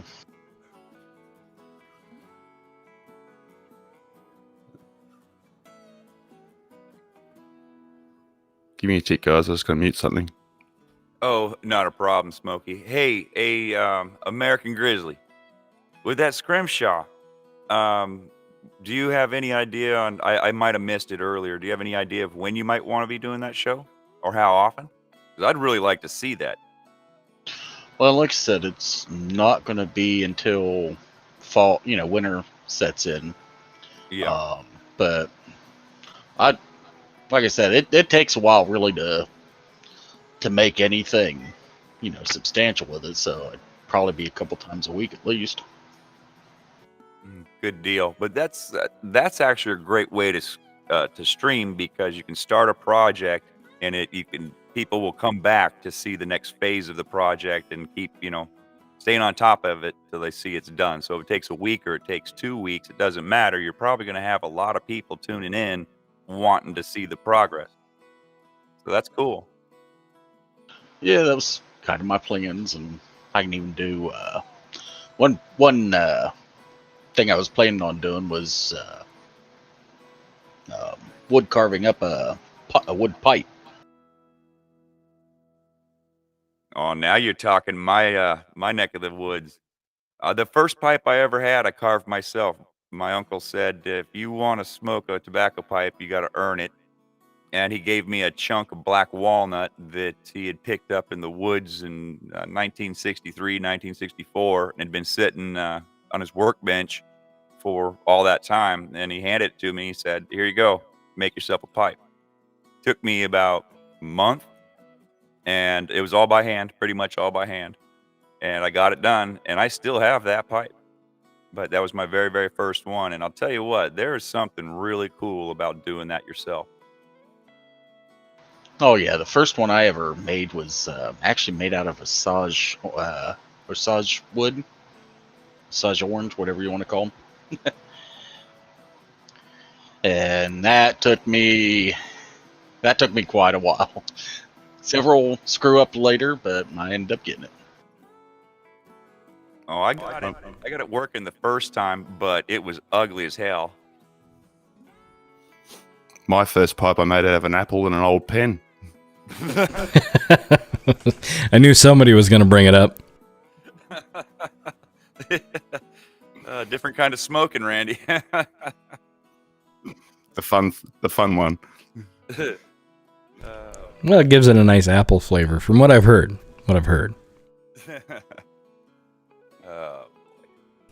Yeah, I don't know. I've gotten into. This is going to sound funny, but has anybody carved any native flutes? I might mute before I say something stupid. I was holding off. I was wondering if you were going to tell me that you've wrapped your lips around a native flute before. So I'll say it for you. That was set up if I've ever seen one. Oh no, actually, I have carved them before. Well, I haven't. I cheat. I have a lathe, and they're finicky. They're motherfucker, but they do sound nice when you get them right. And it's funny because I turn them out of Osage orange, like AG was talking about. And your hands are bright frickin' orange when you get done working with that because all the oils in the wood is horrible, but makes it pretty. Oh yeah, it's real nice wood to work with. I got So- a question for you, AG. When you're smoking out of Osage orange, do you have a problem with the oils igniting? No, you let it dry out real good, and then you lacquer it up and stuff like that, so that any remaining oils kind of held in the lacquer. Okay. Well, and with Osage, the oil that's in there as you get it warm, the more times you get it warm, the harder it gets. That's why it's a pain in the ass to turn on the lathe because you can't turn it very fast because you'll start to get chatter from the wood hardening on the outside. And I guess I should say the oil hardening on the outside. And it's a pain, but it's fun. I should take you guys out there one of these times when I get back. We'll turn something on the lathe. I have a 14 by 48 lathe sitting out in my wood shop that's just sitting there not doing nothing. But I've actually never used a lathe. I used to work in a wood shop, and I've had to work on those lathes. And man, oh man, when you chuck something up that's in a square, taking off those corners, oh lordy, that thing, it's rough. And if you're not holding on to that chisel real tight, it doesn't take much for it to snap it out of your hands and send it flying across the room. yeah. I gloved one of my fingers when I was in high school. I went to an old technical college, and they had all of the metal lathes and all that stuff. And I was making bats, but I told the teacher they were fish dongers so that we could make these little metal bats to put underneath the seat of the car. And we were putting the diamond knurl pattern for the handle. And I was flicking little bits of material onto the lathe and watching it spin around. And I got my finger caught, and it gloved from the bottom of my middle finger on my right hand. It just took the skin completely off and gloved it up to the nail. And yeah, it was a bit of fun. As soon as you said that, I knew what it was. I'm like, oh god, my hand hurts. Yeah, that just sent a little ripple up my spine. It actually didn't Ouch. hurt that much. I went to the doctors and they just peeled the skin back down and stitched around the bottom of the finger, and it was all good. Just put it back on like a condom and away you go. It's all right. Just... That's exactly what he did. Don't worry, it'll grow Good back. Lord. Did he spit on it first before he... No, I'm just kidding. Goodbye, Come on, YouTube. I'm trying to behave myself. Don't encourage me. Oh, hell, it's my last day. Litterbuck. It ain't your 1 o'clock, last haven't day. started It's your drinking last yet. day before vacation, man. Well, yeah, it's my last day for a 30-day break, I guess I should say. I'll be back. Figure out how to tie that FG knot. Oh, shit. Oh. I have figured out why they called that a fucking FG knot now. It's no fun. I don't know who invented that idea, but no. I think the Japanese did that one. Must, because they got them little fingers, you know, they can get... Here, I thought I was being mean to him by having him tie a square knot. No, square knot's easy compared to that frickin' FG knot. I tried, Randy. I actually tried. Tied that sumbitch twice, and one time it looked like a ball of yarn laying there at the end, and the second time it just came undone. Well, Krusty needs to learn something. You can't tie lures straight to the braid. That's sacrilege in the fishing world. They don't quite have the right action. I'll give you that. Well, Oh, it hasn't seemed to slow down my fishing. It seems to work. Sacrilege or whatever, a snap swivel works fine. Yeah, but fishing and catching is two different things, Krusty. Ah, good point. Good point. We're getting the argument started here. Let's just sit back and let this go for a while. Yeah, let's have some fun. Let's have some fun. It's good to hear from you, Smokey. It's good to hear your voice finally. Thanks for Finally coming come on. out of retirement. Now the truth is coming out. Out of retirement. So, well, let's see. When is Smokey going to get his own show now? That's the question. I've got one. It's on OnlyFans. Not going there, bud. I will not pay to see your feet or any other part of you. I'll just tell you that. I got nice feet.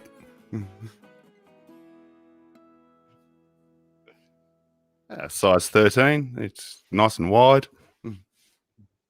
You still talking about your feet, right? Don't encourage me, dude. You have no Ah. idea. Yeah, I do. Yeah, we do. We have every idea. Here, you thought I'm that picture worse you were than looking at was him. Yeah. It is me. He looks like a Sasquatch with size 13 feet. I bet you leave almost a Sasquatch print with a size 13 foot. I'm 6'5". I look a bit stupid with small feet. You look like a Weeble Wobble. I mean, it's not a big deal. I heard Krusty fits into size 9. Oh, that's what you heard, did you? Yeah, you and Daly wear the same shoes, don't you? No, hers are way bigger than mine. Fair enough.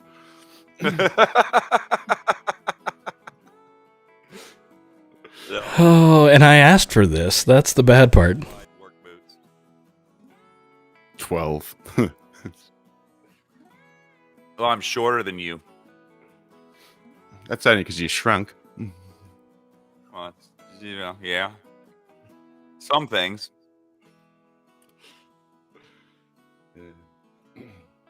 Okay, I'm confused. I don't know what's going on, but Sarge just put in the chat that he just dumped a couple of mags and a cylinder.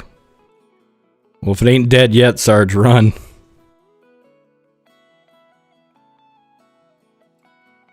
Six 5, size 7. Ah, typical Australian. Oh, yeah. I don't know. It's a crazy world we're living in right now, but I don't know. It's gonna get interesting. So Smokey must do some bushcrafting too, because as I stepped away, I heard he was planning on staying out in the bush for a while. I wouldn't say bushcrafting, but I have been camping and hunting and fishing my whole life, more or less. So I know what I'm doing out there. That's close enough. I mean, you could make your own shelter if you had to, right? Oh, if I had to, I'd just take the swag instead.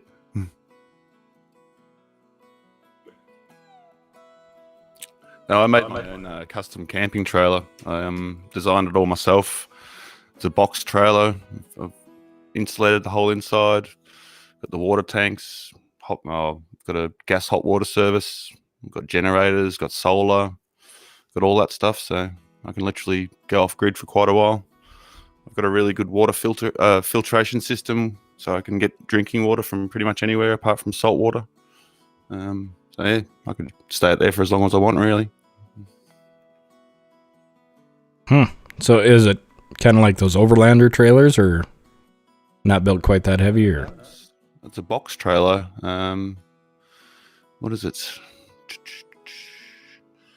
It's 12 foot by 8 foot, I think it is, by about 4 foot high.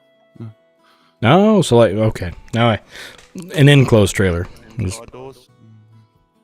Okay. Wait a minute. 4 foot high? What do you crawl into that? It's like a metal It'd be more sleeping than- bag. No, it'd be more than 4 foot. It'd be 8 foot, wouldn't it? Or 6? Not high. I got it custom built so it fits into my car hole perfectly. Car hole? Yeah, what do you call it? A garage? Oh, la-di-da, what are you, French?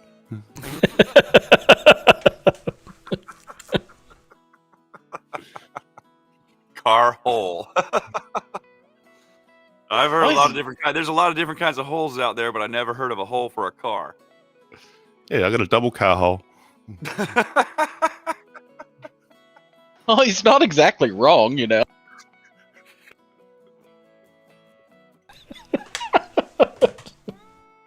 A double car hole, huh? You, never mind. I'm not. And just for Krusty, it's full of redback spiders as well. You have to be careful when you open the door. I had to mute on that one. So is that your security system down there, or? No, they like hanging out in sheds, so they're quite common down here. You just have to be Oh, careful. So now you went from a camping trailer to a shed. Now, okay, now we're getting to the truth. He's got a shed on wheels. Well, it's a car hole. I keep the trailer in the car hole. That's what she said. Yeah, that would be code word between me and my wife. The car hole. Okay, all right. Happy ass upstairs real quick, Montana. You better get that built out. Yeah, I'm starting to get a little nervous about leaving this for 30 days. Just don't let Krusty take calls. You should be fine then. Well, I know he can't get his audio right, so nobody will hear what he's saying. It's all right. Yeah. He gets it right for about 15 minutes every show. That's why it takes me 8 hours of a stream to get that audio out. Well, that's when you hear the goddamn cat. That's my favorite part of the show. Oh, yeah. I'm still trying to figure out how many cats he has because he's yelling about every 10 seconds. I don't have any cats because I don't like cats. Daly has 2 of them.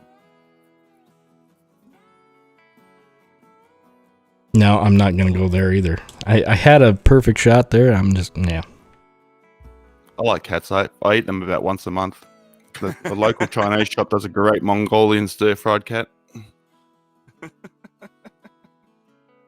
You know, you got to utilize your surroundings. I mean, what the hell, right? Well, there's plenty of feral cats to shoot. Now, you want a horrible story? No, not even a joking story about that. In Shelby, Montana, which is a little border town, very, very northern part of I-15, there was a little restaurant that the truck drivers used to love to stop at, and it was a little Chinese restaurant. And they got busted about, this has probably been 15 years ago now. But when beef prices went through the roof about 15, 18 years ago, they got nailed for buying coyote, the back of the shop, and serving it as beef. Turns out if you put enough MSG and sauce on shit, nobody has any idea. Well, hey, if it eats, right? That's true. So it's basically a Chinese place. Yeah, pretty much, yeah. A friend of mine was traveling in Cambodia probably 10 or 15 years ago. He was in a market over there, and there was a little market stall cooking little kebabs.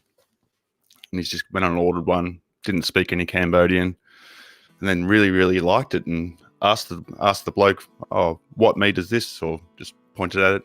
He pointed at a cage full of rats. And I just kept there. He goes, I kept eating it. He goes, it was delicious. He goes, once I tasted it, I realized it was nice. I didn't care what it was. Rat burgers. Oh, yeah? Well, shit. I've ate plenty of squirrel in my day, so that's just a rat with a fluffy tail. Yeah, folks might be eating a lot of different kinds of meats in the future. Platypus is really tasty. I was telling everybody while you were gone that you were hunting platypus, so. I've only actually seen them a couple of times in the wild. You have to be in really pristine areas to find them.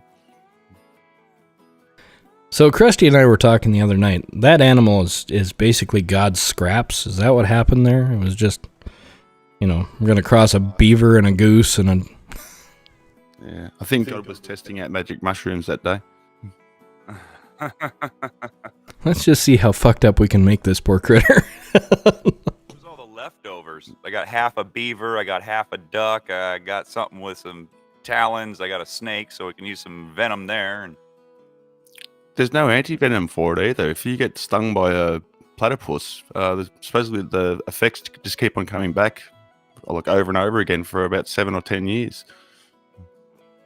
That's one mean-looking beaver duck, evidently. It's only the males. They've got spines on their rear legs. So, yeah, don't try and pick them up. They're not as cute as cuddly as everybody makes them out to be. Oh, from a distance, they are. here's a fun fact for you. The first platypus that was taken back to England from Australia was presented to the Natural History Museum, and the naturalist that brought him in, famous guy at the time, I can't recall his name off the top of my head, but he took it in and they called bullshit on it, and they wanted to actually get rid of him out of the science community completely. They thought that he had just sewed it together, that it was fake. And it wasn't until I think the 60s or 70s when they got another one, they said, oh yeah, I guess it is real. Well, how long did it take them to find pandas? Didn't they go on a 30-year expedition and fail the first time, and then went back another 20 years later, and took them like 50 years to find some dumb bear that lives in the forest and eats bamboo all day? Yeah, can't even climb a tree. Grot is just finding out that platypus are poisonous. Oh yeah, no, they're venomous. Yeah, they've got spurs, like Randy said. They got talons on the back of their legs, the hind legs, and if they gaff you with those, and you get that venom in you, you're in bad shape. You're in real bad shape. It's just safer to assume that everything is venomous in Australia. That's what I'm beginning to understand. Everything in Australia wants to fucking kill you. It's just how fast it wants to kill you. It's not even that bad down here. If you go up north, you can't go swimming in the ocean. You can't go swimming in any of the rivers. There's just everything wants to kill you. You've got saltwater crocodiles. You've got the box jellyfish. You've got, all kinds, stinger season. It's pretty nasty up there. Well, yeah, but you got the blue ring octopus where you're at. I know. I picked one up. That's what you were saying. I can't believe you had that in your hand. I would have about shit myself. Okay, you're going to have to help me out here. Blue ring octopus? It's like one of the most venomous things on the face of the planet. This tiny little octopus that if you get stung by it, you're pretty much dead in 15 minutes. And he ain't lying. It's absolutely true. And they are small. They'll fit in the palm of your hand, full grown, pretty much. But they're kind of like a yellowish color, and they have these blue Cheerios on them. And when they get excited or pissed off, those blue rings will flash. They'll undulate in those blue rings. And if they bite you, yeah, Randy's right. If you're in the water when you get bit, you're not making it out of the water. And if you're out of the water like he was on a boat, there's no way he'd make it to shore and get any kind of help. And there's no way. You're just done. And it's like the box jellyfish, same way. You get nailed by one of those while you're swimming, you probably ain't going to make it to the sand. No. Well, it sounds like DTM's taking off again, so good night. We'll see you later. You can always swing back by if we're still going. I'll talk to you later, DTM. Always good to see you. I hope you had a great dinner. And Yoga Pants, I think she's still hiding out at the neighbors. We'll see. She was supposed to be at a shindig over there, and instead she's hanging out with us, so what's that tell you? Says you got a good show, boss. Well, tonight's interesting. That's for damn sure. They're just here to hear my sexy voice, I think. I'm guessing. I said that, you know, the Australian accent, you're going to have all the women just cooing over you here shortly. I honestly don't even think I've got a strong Australian accent. So, compared to some of my other mates, yeah, we can put it on. G'day, mate. How's it going, Colber? Why is it you guys always get so nasally in that? Just curious. That's more up north. Like the Queenslanders always, the Queenslanders speak like that. They end every sentence with an A. How's it going, eh? How are you, mate? Well, evidently Canada adopted it and changed it a little bit. I mean, everything's an A up there too, but not quite the same. Canada sucks. Yeah, it does. Actually, Canada as a region is beautiful. Canada as a government is fucking worthless. The people are too polite. They need to grow some nuts. That's the same way around the world, though, isn't it? Governments suck. The people and the nation is awesome. You know, you look at the land and the country, and it's pretty nice. It's real nice. And then you look at the people, and they're generally really cool. And then you look at the system they're under, and it's like, oh, what the hell's going on with that? Yeah, but Yeah. it's the people that pick the government, though. That's the problem. I don't pick them. You didn't pick any of yours? That's mandatory voting here, but I know that the whole system's corrupt. So every time we have to vote, I cross out all the names and just put corrupt, criminal, scumbag, dirtbag, pedophile, whatever, and then just a donkey vote every time. They cheat anyway. It's like the same thing happens here as it does over in America. If you actually think that you're the one that's voting for these people, they're selected, and then Well, it definitely came out in the wash this go round. well, they keep on voting in the dictator that runs my state, and everyone that I speak to hates him. So who knows?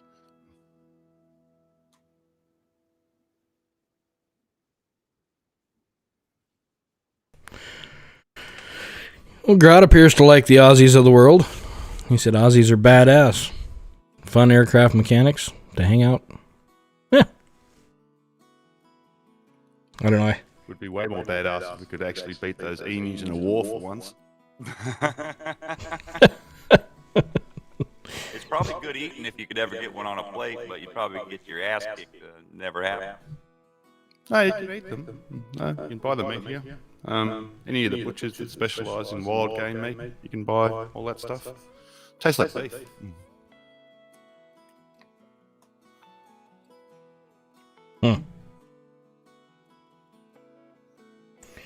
Yeah, amazing. Sorry about that. Thanks, AG. That would be a thing.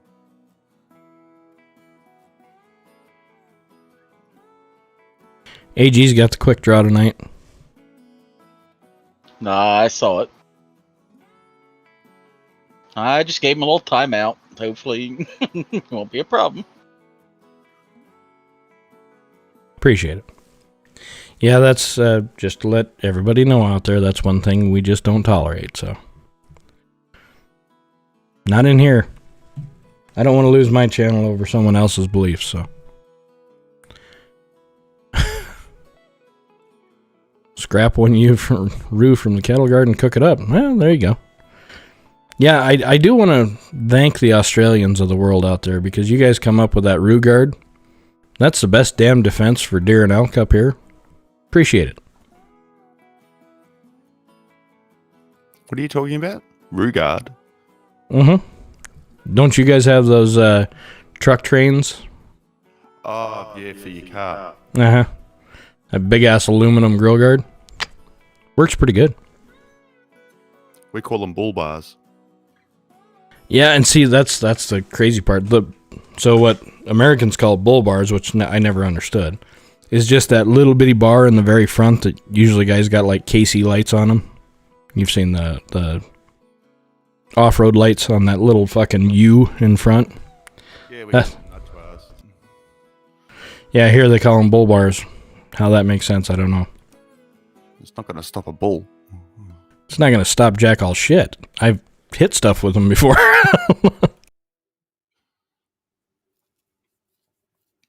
But, yeah, no, I have a... So up here, everybody calls them Rugars for the big heavy ones that you guys call bull guards. Bull guards here. Yeah. Well, and we used to call them cattle guards back in South Dakota. That's the confusing part. And then I move out here, and cattle guards are those open gates where they have the slotted fucking drive-across pad that cattle won't cross. We used to call them cattle crossings. So. That's what they call them. That's what they call them in Oklahoma, Texas, and Arizona as well. Cattle guard is about a dozen steel bars that go across the road in a fence line. So you don't have to open a gate, but the cows can't get through because they can't step on the bars. Yeah. Yeah, I don't know how the hell they got to the point where it's a cattle guard out here, but whatever. Smokey, I got a question. Yeah, mate. Koalas, how do they taste? We actually don't eat those ones. They've got herpes. They got herpes. They do. Like, there's a whole heap of koalas dying from some herpes virus. I think Krusty gave it to him. Lord. Someone out and screwed the koalas. My koala has gonorrhea. If you've never heard a koala at night when they're fighting or mating, it is one of the most disturbing sounds you'll ever hear in your life. Like, the first time you hear it, you're just like, what the fuck is that? It sounds nasty, like really, really nasty. So wait a minute, the fighting and the mating is the same sound? More or less, same as us, more really. Really? Well, yeah, that's true, yeah. All right. A lot of grunting and stuff. Sometimes some crying. Knowing the koalas got herpes kind of gives a whole new thought pattern to the idea of them being drop bears. No, drop bears are different. They're like a genetic version. They've been genetically modified. The tourism board did it, and then it was an absolute disaster because rather than they were supposed to be attracted to tourists to make it easier for them to take photos, but they stuffed up the genetic experiment and actually made them want to eat all of the tourists. So that's why they're so dangerous now. So they don't actually attack. They don't attack Australians, only tourists. Any chance I can get some of those up here in Montana? Oh, I don't think we export them anymore. Oh, damn it. Well, I'll just stick to my grizzlies. They work pretty well. We stopped exporting our animals and our flora and fauna after the eucalyptus trees didn't go down too well around the world, supposedly. So, Yeah, they don't California. make very good. They don't make very good boards for train tracks. We found that out. Well, do you guys have any native trees over there where you can get a branch of green leaves and throw it on the fire and it explodes into flames? Or is that just the eucalyptus thing? I would have to say the closest you would have is a pine tree. Yeah, good wet pine tree will, will do that. Oh, out west, sumac will do that. Oh, Sumac don't even has a start. ton me. of oil. The problem is, if you breathe the smoke of burning sumac, it's gonna really mess you up. Are you talking It has about poison daily sumac? shit. Yeah, poison sumac. It'll bust up pretty fast. I got a rash from poison sumac. But you can't breathe the smoke, or it'll lay you out. Did you get that rash when you were passing? Never mind. It was in a dry creek bed in Montana. Don't ask. Well, I was just curious because it was starting to explain how the. Never mind the herpes thing. I was going to go there, but I'm. Looks a bit like a panda. I mean, what the hell? Could pass for a koala. It's not even a bear, it's a marsupial. Well, you guys named it. What the hell you want us to do about it? No, Americans call it a koala bear. We've always just called it a koala. Oh, sorry. You So stuffed it- up koalas and you stuffed up aluminium. So aluminum is what you're talking about. Do you call it titanium as well? We can. The English language is fluid, you see. It's I speak Australian.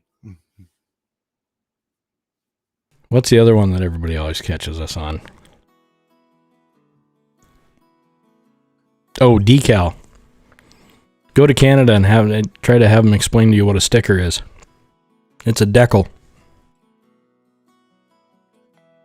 Very confusing. I call them decals. Ah, no stickers though. Well, decals are the things that you put on cars, like motorsports cars and shit. Gotcha. What do you put on your boat though?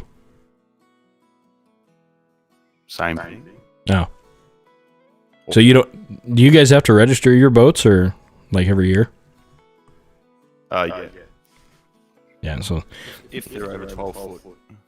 yeah. So it's very confusing here because the boat numbers are decals, but you put your sticker on for your your license. Don't ask me why. But. So let's see. We've officially figured out that platypus are a mythical creature. Koalas aren't bears. Drop bears are bears. They're just genetically modified bears. And everything in Australia wants to kill you. More or less, yep. Sweet. Including your own government. Definitely them. All right, then. Cross Australia off the old bucket list. I don't need to. Thanks for the clarification. Don't ever need to go there. Well, you can't. You're not allowed to anyway. Well, yeah, that's true. No. Closed for 18 months. No one in or out, damn it. So is New Zealand doing the same shit, or? Yeah, they're doing the same, more or less. Now, Smokey, We're, can you we're, go we're the back and test forth- bed. Smokey, can you go back and forth between New Zealand and Australia, or no? We could for about 3 or 4 months until the big bad Delta Boogeyman came along, and then when Delta started, they shut all those things down again. I can't even travel interstate. Like, my state borders are all shut. I can't go over the state borders. I can't travel out of Melbourne. I can't go any more than 10 miles from my house without getting a $5,500 fine. Doesn't stop me, but yeah, if I was to get pulled over and didn't have a bullshit excuse to give them, then $5,500. What? Tyranny What the- at its finest. Yeah, I'm trying to figure out what the hell the point is, because obviously you said that your numbers are still going up, so what's next? You're only going to be able to travel like 5 miles, or not out of your front yard? Well, this is the restrictions that have been they've been relaxed. It was even stricter for 6 months or so.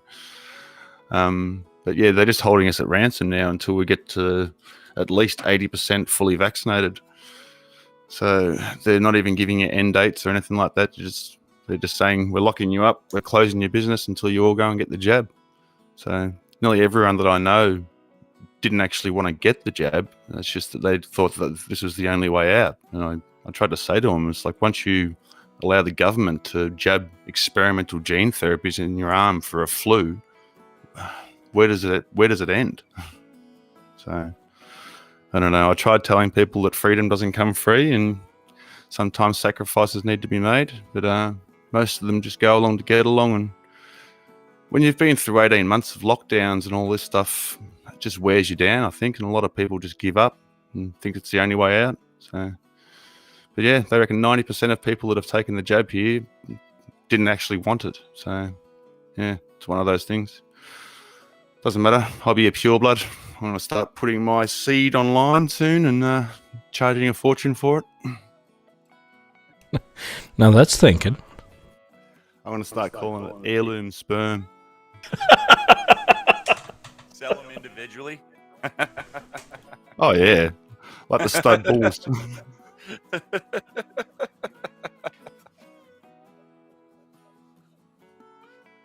Goodness. All right.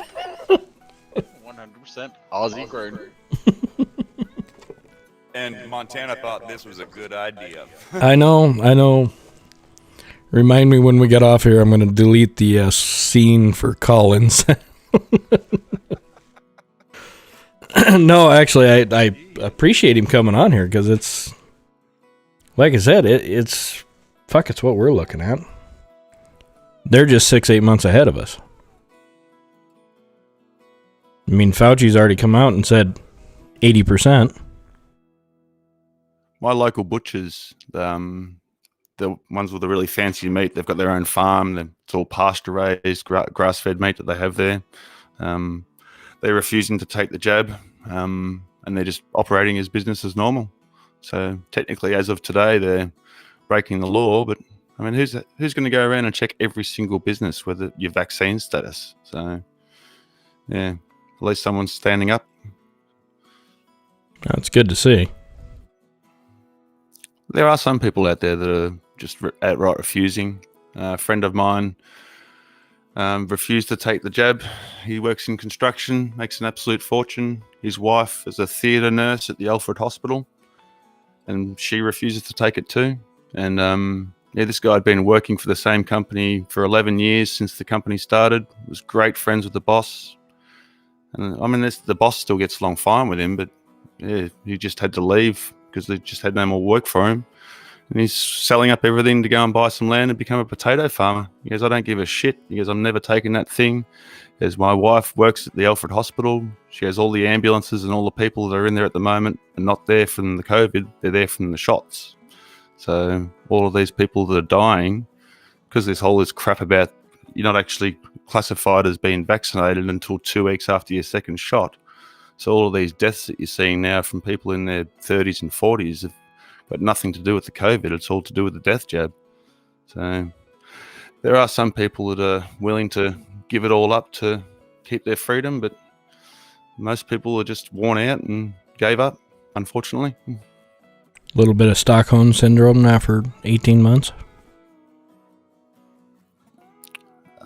Yeah, people just want to get back to normal, and I'm like, you idiots destroyed normal. How can you not see that? Yeah, there is no normal now. It's yeah. And like I said, it's horrible because I'm talking to you and you can just see what the hell's coming here. And if you guys don't think they're going to pull it off here, you're fucking mistaken. They are. They're just not reporting it as much. See, I don't wear masks. I don't check in anywhere. And I'm not one of those people that just say, I don't wear masks. I've literally never put one on my face. And we've had some ridiculous laws here. I've had probably a handful of run-ins with mask Nazis. Most of them, I just look at them and give them an evil eye and say, go fuck yourself. You've got no idea about my medical history, and just keep on walking. Most people don't really care these days. But we've got these QR check-in code things everywhere here. So if you want to go into a store, you're technically supposed to check in with a smartphone. I've got an old Nokia, so I don't take it anywhere with me anyway, so I don't do that. But yeah, if one of those businesses is a tier 1 contact, you're forced to isolate for 2 weeks, forced to get tested. If you come back positive, you have to be forced to be isolated again until you come back negative. And I've got friends at the moment who the whole house is all locked down because his wife went to a store where someone with the Delta came in 4 hours earlier. So the whole house is locked up for 2 weeks. So, yeah, stand up now, guys, because if you don't stand up, we're all screwed. God, that's got to just be killing the economy there. I mean, Cost I would- billions of dollars. They've destroyed so many small businesses. It's the same as over there. All of the big companies that have their online sales have all made a fortune. All the mom and pop stores are all been shut for the last 18 months, and there's, I don't want to bring the mood down, but there's been some absolutely tragic stories about what's happened to some business owners when they've lost everything, and some of them went and dropped their kids off at their parents' joint, and that was the last you see of them. And there's so many stories like that. It's just, yeah, that's the thing. It's like 18 months of lockdown. It's like I don't believe the whole Rona thing in the first place, but the amount of devastation that it's done to people's lives, especially in my state, it's absolutely disgusting. Like my cousin's got a kid who's nearly 2 years old. She's never seen a smile in public. So because everyone's wearing these stupid masks. That's what really gets me, is like there's kids that haven't been to school for 2 years. What effects are that going to have on them? We're going to see this in 10 or 15 years' time. It's not going to be good. So, yeah, that's my 2 cents anyway.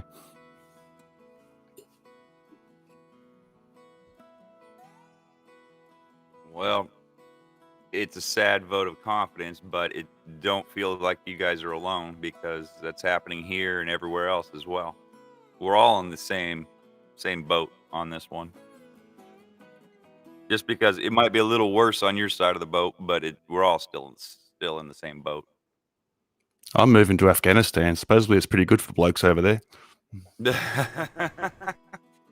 Hell, you can get yourself a free helicopter. Yep. They got some fancy looking guns over there going cheap as well at the moment. What kills me, the guns aren't even the bad part. The frickin' night vision optics that they have that we left behind are some of the best in the world. They were the newest ones. And don't even get me started on that. I'm buying myself a nice Christmas present. Me and a friend of mine are going halves in one of those Pulsar Thermion scopes. So, oh, now there you go. Well, you can zero them in for 5 different guns. So, yeah, that should be fun. And now, what would you be doing with something like that? Oh, probably things I shouldn't be. Good boy. Well, you actually can hunt deer on... So, you can spotlight deer on private property here in my state.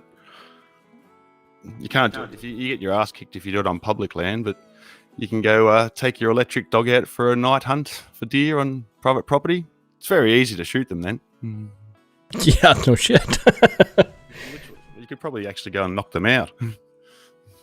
Turn it on, blind the hell out of them, walk up and just whack them with one of those bats you made. Yeah, exactly. Yeah, it's kind of illegal here to spotlight, but to each their own. See, our deer are native. Your deer are all invasive, so that would make sense. If we had invasive, then it would probably be okay to do that. It's highly illegal to spotlight on any public hunting land. You can spotlight for rabbits and foxes and cats, just not for deer. Yeah, I was going to say, we can spotlight for predatory animals up here, but nothing that has a limit, let's put it that way. So, Easiest way to catch a deer here in Ohio is drive down the road with your highlights on and go about 45 miles an hour. They'll just sit right in front of your car. Uh-oh. Yeah, the kangaroos do that here, and they're terrible. Right at the last minute, they'll jump from the side of the road in front of the car. And yeah, there's not many people that travel around the outback of Australia that hasn't hit at least one kangaroo in their life. So Daly might kick your butt if you bring up cats again. I'm not shooting her cats. They're all her cats. Feral cats kill over 1 billion native animals every year in this country and have extinct quite a few species. So I do not feel bad about killing them. And they taste good in Chinese food, supposedly. Mongolian, actually. Oh, that's right. Mongolian. Sorry. Mongolian. I can't disagree with you there. The amount of destruction that they cause is unparalleled. There's no other animal out there that's capable of doing what they've done. Here in the States as well. Here in the States, they're a massive problem. But nobody will recognize it because, well, you know, cat lovers. So Yeah, it's hard when they're still seen as pets, you know. But in reality, they're probably the... Pack of dogs, is that a pack of friendly, you know, is that a pet? No, you see a pack of dogs, they kill people, you know. So you got to be able to separate the difference. It's like, these are domestic, and then these are feral, and the feral got to go. Yeah. Actually, cats are really good coyote bait. I have used, I actually have one of my one of my lures for them it's a black cat body with the tail whipping around. It's amazing how fast a coyote will come in on that. So is a coyote like a fox, or we don't have them over here? A coyote is it's kind of a scavenger, but it's in between the size of a fox and a wolf. It's kind of that middle ground. Canine species, though. Oh yeah, very much canine, but they're probably the size of like a small German Shepherd, about that big.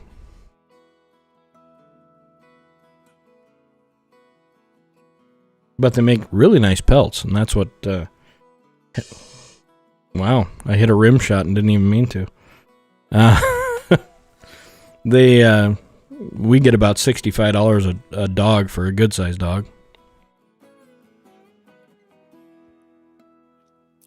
Yeah, We but have that fluctuates every year. Sometimes the market's down to 25 to 35 a pelt, and other times I've seen it up to 175 for a good healthy pelt. Yeah, we've been on average $65 for that's going on about 4 years now. But it's only the Northwest region. I don't know why. You go Midwest and they're selling for like $15-20. And that's skinned and fleshed. Ours is 65 on the dog. You just turn it in. Yeah, there's a bounty on dogs in my state. You get $150 per wild dog. I had a run in with them when we were hunting maybe a year or so ago with a pack of wild dogs.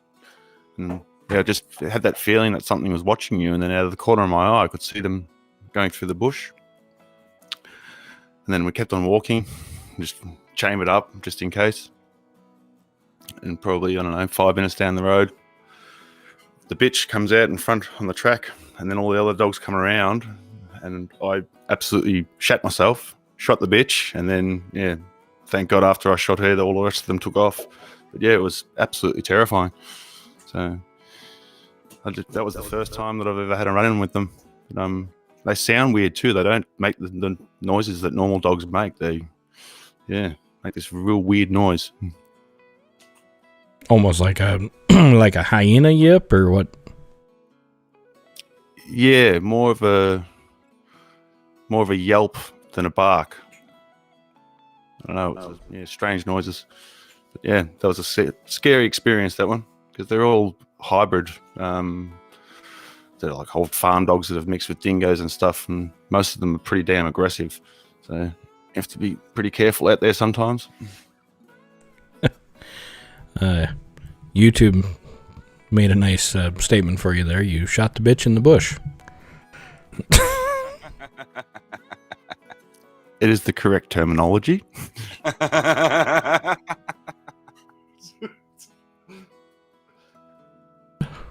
Your coyotes howl like wolves. Oh yeah, they'll get. If they're doing a coyote locate, they'll sound an awful lot like a wolf. You have, what are they called? Jackals there in Australia, don't you? No, those are African. No. The jackals are African. Are they? Yeah. Yeah. No, they got dingoes. To American coyote. I'd say the Yeah, African that's- jackal is probably the closest thing to an American coyote, but yeah, no, they're not in Australia. Yeah, dingoes are probably our only. Yeah, they're the only wild canine species we have here. Yeah, And dingoes supposedly eat they're not babies. even. Yeah, they do. They actually attacked another toddler on Fraser Island. Oh, it's only a month or so ago. Nearly killed him. So on Fraser Island, which is where the population of the 100% purebred dingoes are, it's an island off the sort of mid-coast of Queensland. And yeah, they've actually had to put in fenced-off camping areas there now because the dingoes are so used to associating the campers with food that, yeah, it does cause quite a few problems. Ah, that's kind of how our grizzly bear are here. Yeah, we don't have anything that big. Yeah, but you got a bunch of little shit that's trying to kill you. So I'd still take my grizzly. I know. At least I can see that sumbitch coming. I'd take a bear over a snake, that's for sure. Yeah, I want to know at least I'm going to get eaten. Well, yeah, I mean, you don't want to go to waste. It at least be part of the food chain. What the hell, right? Yeah, I don't want to sit there and rot. The worms will eat you eventually. That's true. Daly said she had an 8-point buck in the neighbor's yard. Did Uncle Krusty show you that picture I sent him of the buck in the backyard? No, I haven't got to that yet. It's still on the phone. He's about the same. He's got about the same rack as the one that was across the yard that she described. Not nearly as happy as the one that you had. The one you got, man. What would you say that was, Montana? Good $180, 200 pounds? Oh yeah, I'd say at least $180. So he's fat and happy. He's not doing much of anything. So They don't get that big down here. really, that's actually a small mule deer because he's in town. He's not doing much. The one hanging This is a right. whitetail. This ain't a muley. Yeah, the one hanging behind me here, he was probably 220.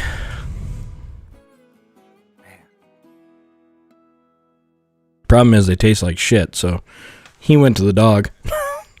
Yeah, I wouldn't eat muleys, but the one across the street was a whitetail. He's like, oh man, and he's living on grass. Oh, that's gonna be good. Well, YouTube, not that kind of rack there. All right, we're losing control now.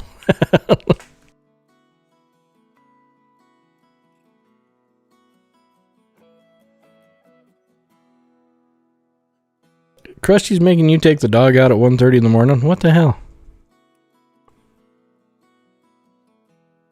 Saw the light on my phone. Oh. Huh. Oh, the Northwest has better racks. Yeah, that's for sure. I don't know. I'd argue against that. In deer. I don't know. I mean, we got some pretty good deer up here. No, you guys got whitetail over there, don't you? Oh yeah. Yeah, whitetail's a different breed altogether. How their horns grow. We do actually have some mule deer up here too, believe it or not. Oh, they finally make it over that direction? Oh, they've been out here for a while. So I know they tried to introduce them in eastern South Dakota, and they didn't stay. They headed back west. But the dog wouldn't go outside. He knew the deer was out there. Seriously? My dog has fun chasing frickin' deer. What the hell? Those are fuzzy chew toys to her. Yeah, Kansas actually has damn nice bucks. I mean, I think there was a Kansas City King, wasn't there, that came out of there? I know that's not Kansas, but it's awfully close to you.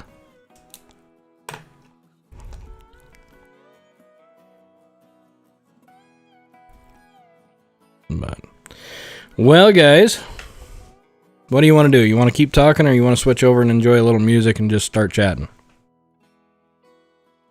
Your call. I'll leave it up to y'all. Way. You all answered at once? What the hell? I didn't. Oh, I've got manners.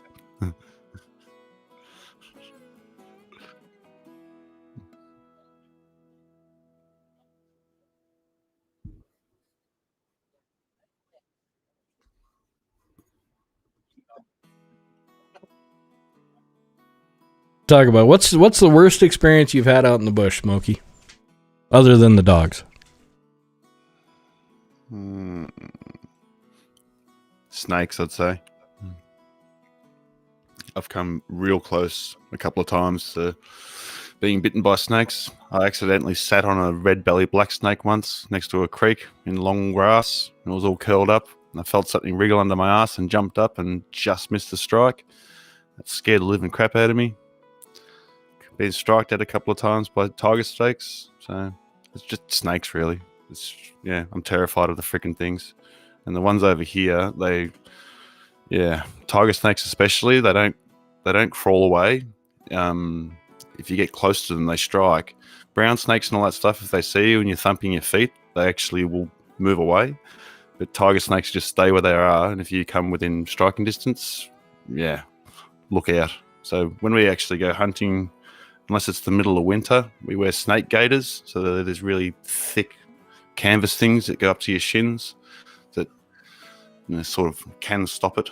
But and it's just, you're more scared about your dogs as well. There's so many dogs get killed by snakes over here.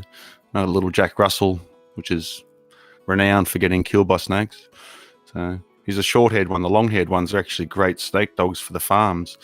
They kill a heap of snakes, but the short-haired ones are notorious for getting killed because they got the same attitude, but they don't have the long fur to stop the fangs. But yeah, I'd be saying snakes and falling limbs as well. There's a couple of different types of forests that where the deer hang around in, where the trees that are in there are all sort of rotten on the inside. So if the big wind picks up, some of the trees fall down and come pretty close to being squashed by a big limb a couple of times. But, apart from that, it's pretty good. Yeah. Apart from the deadly snakes and the trees trying to kill you, it's a wonderful place. Well, most of the hunting you do is during the colder months anyway, because trying to walk up and down, trying to find deer in the middle of summer, they all go up into the really top peaks of the mountains, and it's just, if you can get in there, one, there's snakes everywhere, and two, it's hot as shit, and it's just a pain in the ass.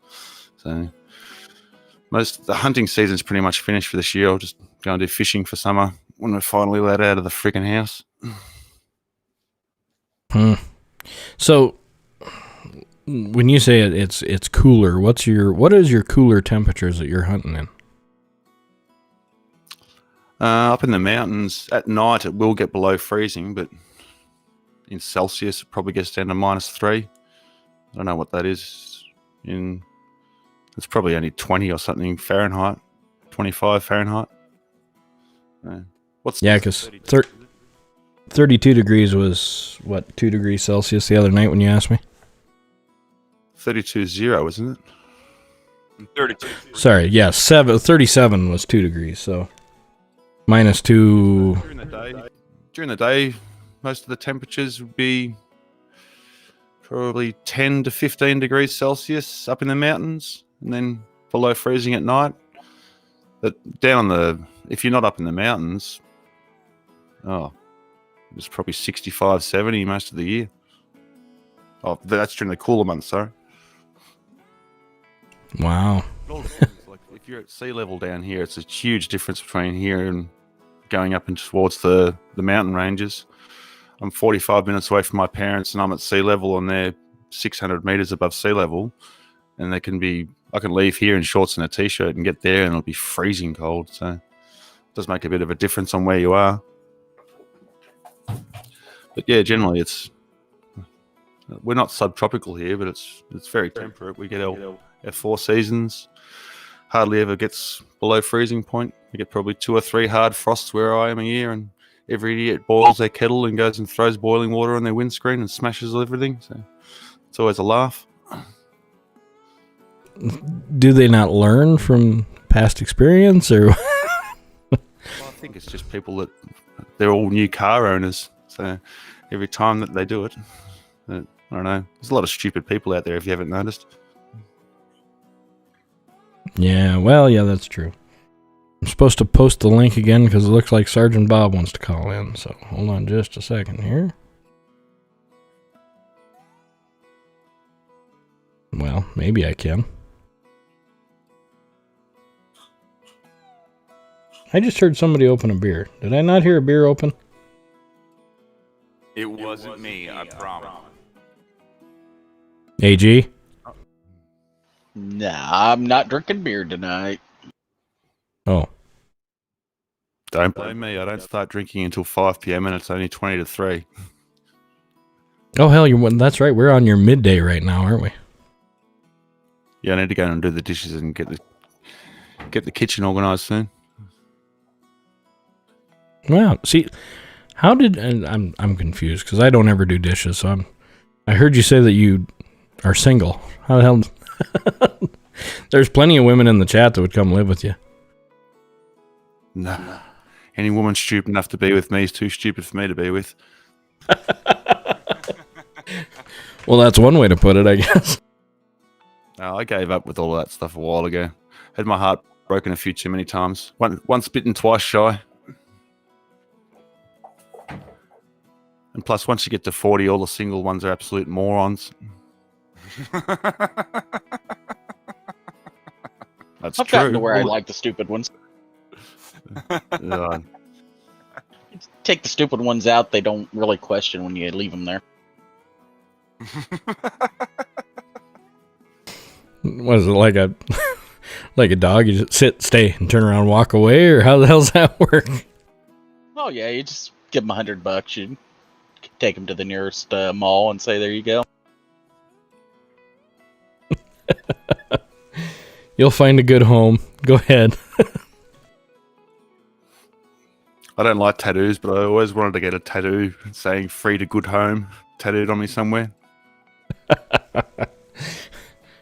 Get the side of the milk carton with just your picture on it.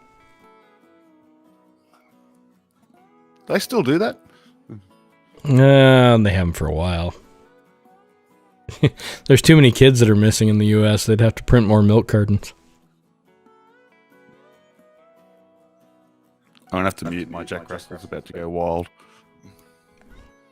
All right. Ankle biter.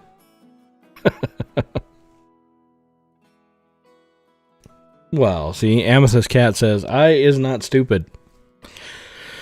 Yeah, and he said tattoo. I heard that too.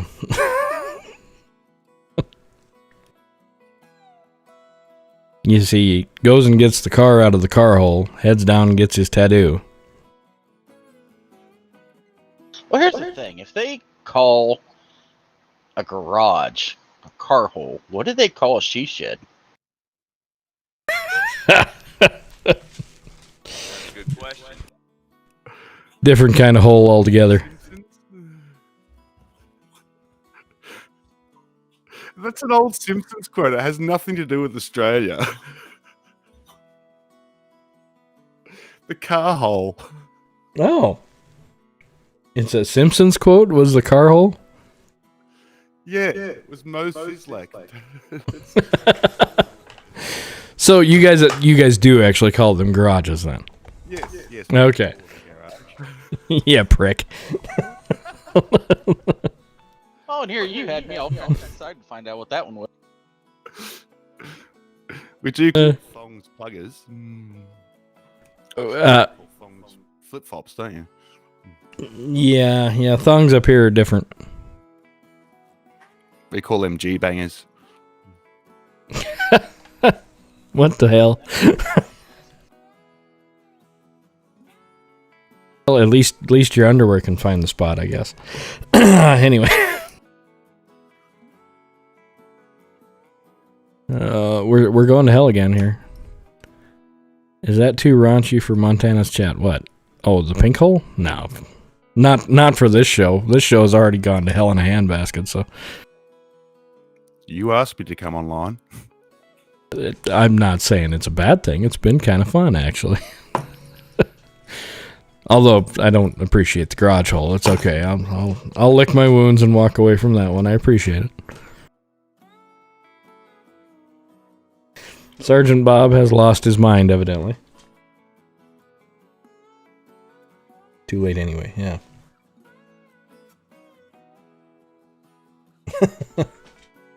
Uh-oh. See, now you got one hot... See, yeah, I'm telling you. Randy, you wouldn't know what to do if we just send all these girls down to Australia that are in the chat. You take your pick. I'm sure you got some buddies that could take the rest. Randy, tell us a story. Okay. Randy, it's all your mic. I'm going to mute everybody except you, and everybody wants you to tell us a story. Like a Penthouse Forum story, or?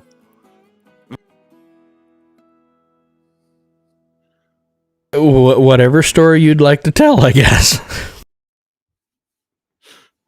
You can't put me on the spot like that. It's not me. All right. Let me tell you a story about what one of my crazy mates did about 2 months ago. Let me ask you this question. Have you ever been so drunk that you confuse being in the toilet with being in the bathroom, and also confuse toilet cleaner with mouthwash, and sit there and squirt a cap full of mouthwash into the cap and then swish it around in your mouth? I can't say I've ever been that drunk. No, neither have I, but my mate had. And he reckons as soon as he put it in his mouth, he can just feel it burning. And he sobered him up instantly. He's gone and spat it out, spewed up everywhere. He reckons for the next 3 weeks, all he could taste was bleach. Every time he burped, you could just... And, yeah, that's a bit loose, mate. Wow. So, yeah, it's official. Australia is trying to kill everyone. No, that was trying to kill yourself. Yeah, just drink a little toilet bowl cleaner. It's all good. It's tasty. He was telling me this story, and I said, was this back in your wild young days? And he goes, no, this is last week. Sarge wants to know how drunk was he? Well, he was drunk enough to drink toilet bowl cleaner.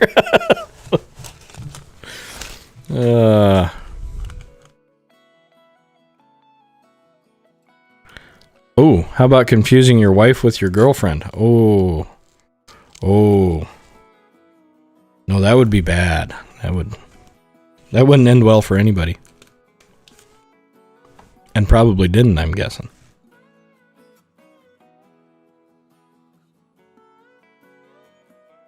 Oh, I don't. So there you go.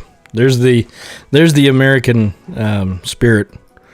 You guys don't actually drink Foster's, do you? No. It was popular in the 80s for a little while. You literally can't even buy it. If you go into a bottle shop, it won't be in the beer fridge. So we don't call shrimp prawns. We hardly ever cook them on the barbecue. We don't eat Foster. We don't drink Fosters.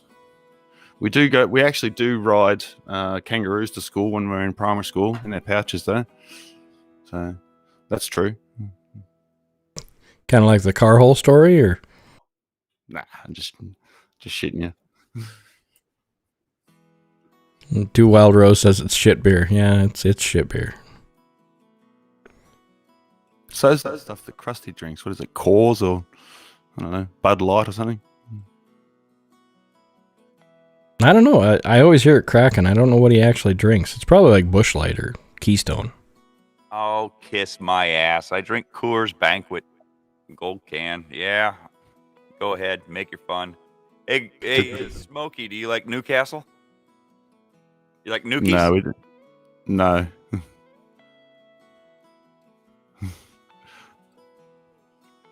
I don't drink brown ales.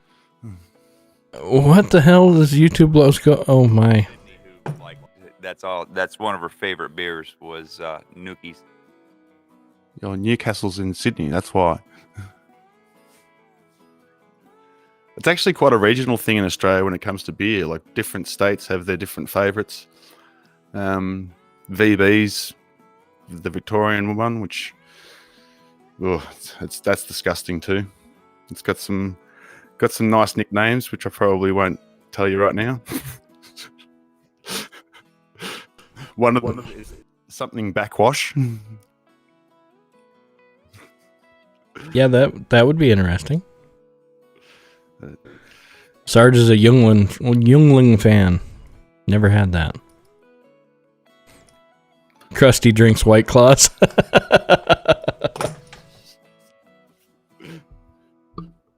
With all due respect, and Daly will back me up on this, I have never drank a White Claw. I've never even thought about drinking anything like that. I drink one beer and one beer only. Oh, Daly says yes, you do. I've never had a fucking White Claw. You damn liar. She's does put those lying to little you. pegs. I've never had a White Claw in my fucking life. Do you hold your hand the right direction for White Claw? Just curious. Oh, she says only gold can Coors Banquet. Okay. Now, we here in Ohio actually have a beer that's called Old Leg Humper. It's literally got a picture of it on the front of the bottle. That's a dog looking up at a lady's leg. And I'm guessing it tastes about like a. Never mind. That you're right. You don't even need to finish it. It's very fitting. It's a thick German beer. Let's put it that way. Well, I will correct myself. Daly wasn't entirely wrong. Well, I've never drank a White Claw, but I think she was responding to I only drink Coors, and I do drink other beers. I'll have a Guinness if it's out of a tap, a good tap in a bar where it's poured fresh. And there's some other good beers out there that I will drink from time to time, or if we're at a restaurant and hardly anybody down here in the South has Coors Banquet, so I end up settling for like a Stella Troy or something like that. But for the most part, or a Mexican beer like Dos Equis Negra, the amber. But outside of that, yeah, I don't drink a lot of different beers. So I got a story for you on Dos Equis. My wife, who is, well, she liked to think that she was, a party animal, but she was actually pretty damn sheltered comparatively. We were sitting at a restaurant, and she was going to order fish tacos, and they were Dos Equis fish tacos, so it was a beer batter. She looked at the waitress with staunch seriousness in her eyes and said, "I'd like the Dos XX tacos." I had to correct her quickly and explain to her that that's Dos Equis, and it's all one word. Didn't go over very well. And my wife is... I got something for you, Montana. Here in the South, they never really adapted to the Hispanic language. So me coming from the West Coast, Spanish has been, well, my life pretty much. And my stepdad's his half Mexican out of Tijuana, believe it or not. Damn fine man, never met a better one. But anywho,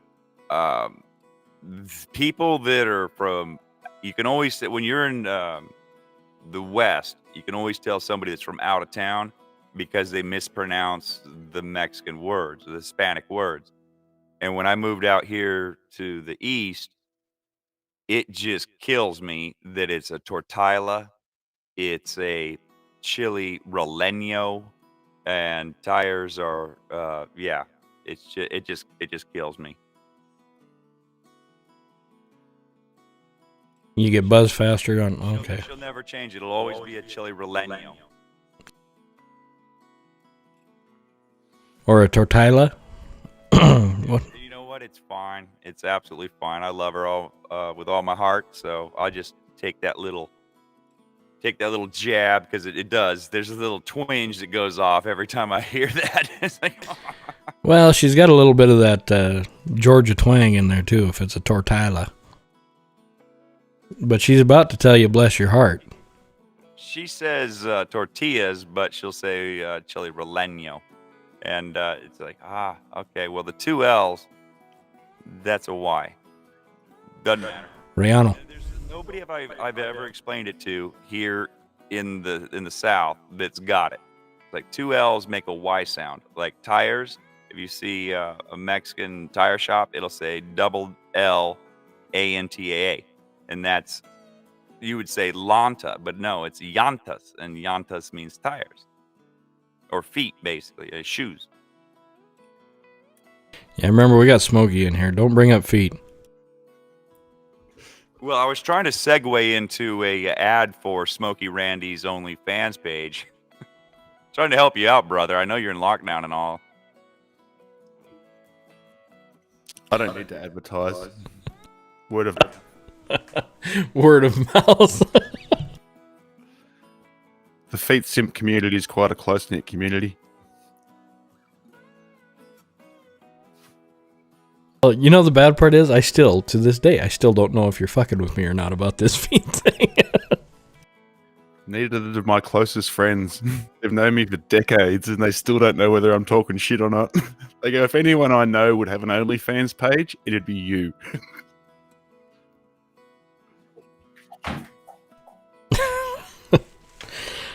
Well, I don't know where to go with that. Well, come on, I'll call your bluff. Post a link. Oh, On Restream, I'm not posting anything at the moment. I can go and find you one if you want. Nah, I'm good. You get the first month free if you're one of Montana or Krusty's subscribers. oh yeah, there you go. Just put in Montana free at your promo code spot, and you get your first month free. And don't forget to eat a Built Bar while you're watching that feet video, while you're drinking a beer, fresh pour out of your 16-ounce MF or... There you go. I've started using Built Bars in between my toes instead of hot dogs. I don't know. I still need to check in. Actually, we have a meeting coming up on the 16th for Built Bar. I'll ask them how much it is to ship to Australia. I did check, it wasn't too bad. It was like maybe $40 shipping. Okay. So $80 and... Huh. All right. Goddamn, shipping is expensive for you guys. Unless it comes out of Japan. Even your t-shirts cost like $25 to get shipped here. Would it be cheaper for like me to buy it and ship it to you? Probably not, actually. The shipping costs are absolutely ridiculous. And the bad part is, you know damn well they're probably made not too far from you. It just seems to be America. I can get stuff sent from the UK or from Asia and the shipping costs aren't too bad, but coming from America, it costs a fortune. Yeah, we like to, tariffs and stuff. We like that stuff.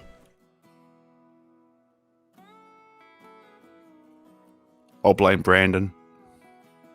There you go. Let's go, Brandon. He's good at it.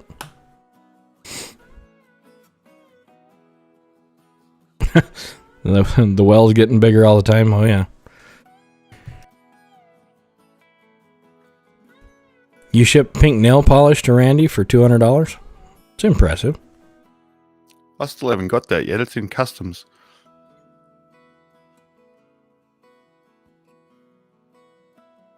American toilets ship backwards. Well, could be.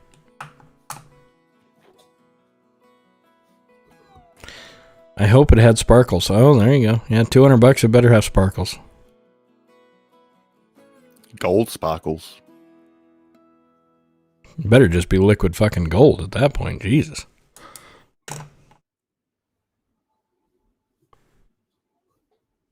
Of course, I guess I paid for stupider shit and a lot more money, but it's guy stuff. It's better than, you know. F46. There you go. Oh, it did have sparkles. There you go. Now you got something to look forward to. Randy's all fancy. So let's see. What the hell else do we got from the land down under? I've got Steve Irwin jokes. That poor bastard. You can't. Well, I don't know. His kids are still doing all that shit, aren't they? Yeah, they're still running the zoo. Is there any stingrays at the zoo?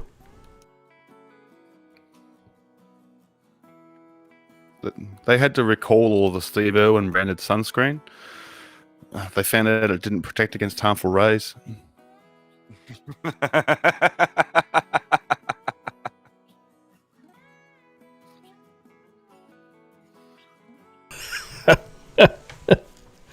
Huh.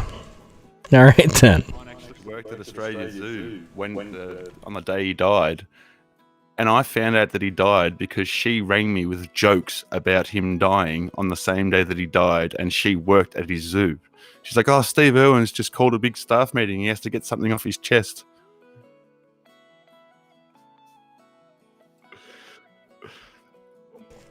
This is not.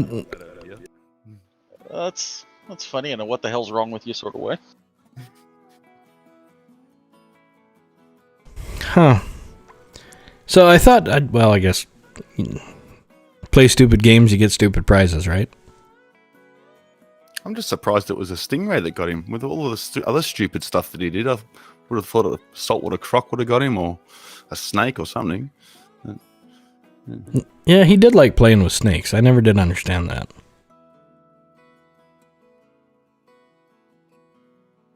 Believe it or not, I actually knew his wife before she got married. Dude. Okay, now there's a story behind that. Come on now, you can't just throw that out there and then walk away. It wasn't anything major. You know, we pretty much lived around the same area. So, yeah, I technically knew her.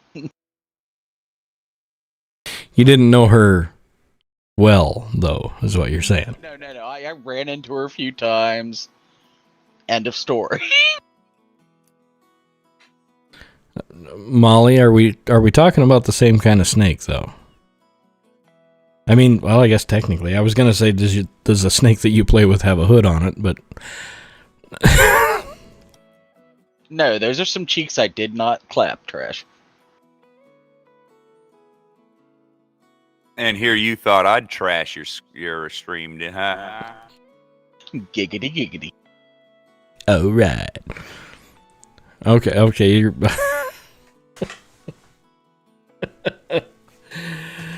Oh, yeah, we're going to hell. There's no snake reptiles in Hawaii, so that should tell you what you need to know. Oh, yeah. No scaled reptiles in there, I should say.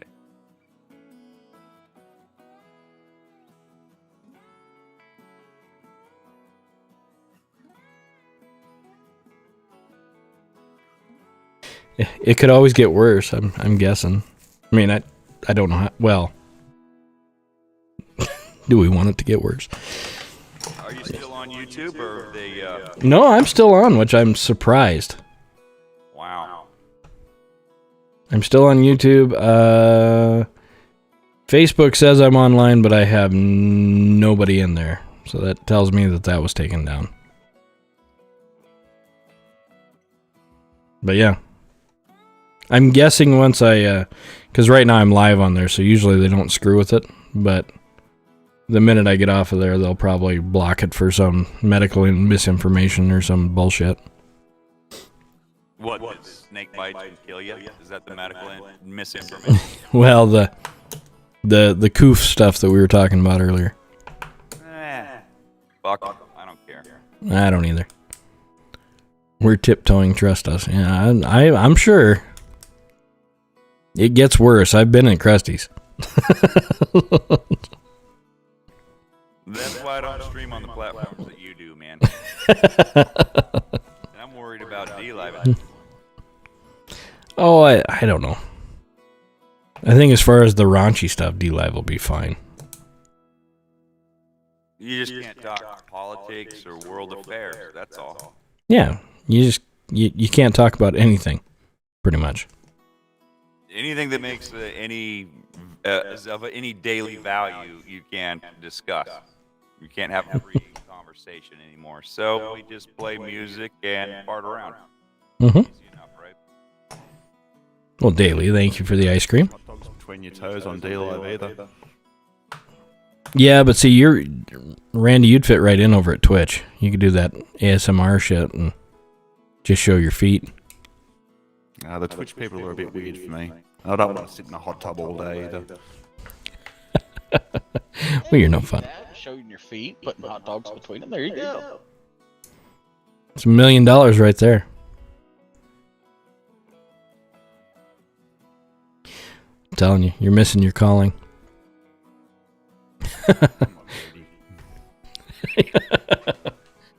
Well, YouTube says he's on his best behavior for me. I appreciate that. Now, I know that was a Zippo. That wasn't mine. No, that was me. Must be a safety meeting. Safety first. Safety first, safety third. Safety is a factor. Fun and freedom comes first and second. Safety third. I agree with Smokey. Yeah, you gotta have purple hair to Twitch. Well, just get a shot. You start twitching shortly after. I'm staying non-GMO.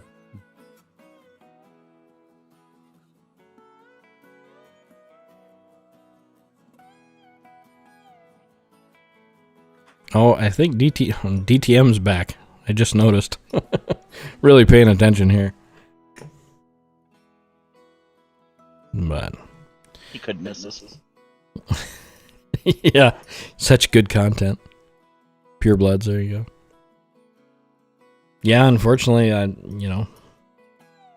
the situation that we've talked about in the past, my family was in that situation. My wife had to stay as a public school teacher. It was highly recommended, let's put it that way. Well, so this is how they mandated the teachers, for those of you that don't know out there. It wasn't that they were going to fire them. They would have just pulled all of their legal help that they would have had from the unions. And they specifically sent home a paper to all the parents that if their child catches COVID and they find out that the teacher did not do their job correctly, which they still never did tell them what their job was, the parent had the right to sue the teacher, not the school district. So they kind of set them up for failure and then said, well, if you want us to back you up, though, you just take the jab. It's fine. Here's the thing that really bothers me about this. Can't people see that we've been pushed over the line and they're still pushing us and we're backing up towards the cliff? The line was crossed a long time ago. Why the hell people aren't pushing back and just... I know it's a financial thing. You can't just quit because you got to pay for your bills and whatnot. But what if in mass, that happened? And here's what people fail, in my opinion, to understand. When we need a new road, do we need the government involved? Because who's building that road? Well, it's your neighbor. It might be you. It might be the guy across the street or down across the other side of town. Hell, it might be somebody from a county over. But why can't the people just rally up the money to get it taken care of? Why is there got to be a third party involved? And that's the thing, is we've got a third party right now that is so damn big that It's gone far too far. So it's just it comes down to that critical mass. It always does. Historically, it always does. It comes down to the critical mass when enough people stand up together, united, and say, "No, kiss my ass. This ain't gonna fly. You need to back up, and you need to go back to where you belong, and exclude them. We don't need big government. We don't. It's just the biggest atrocity when you look at how many lives have been destroyed, etc., all through the times, and especially during our current era. It all comes down to the same thing. It's that head scratcher. Why aren't people standing up? And when you read history and you look at other civilizations through the past and you see how they rose and were successful and then collapsed, it always came down to the exact same thing that we're doing now. Nobody's standing up.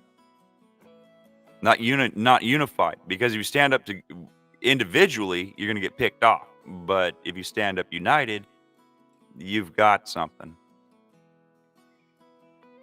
Yeah, but people are.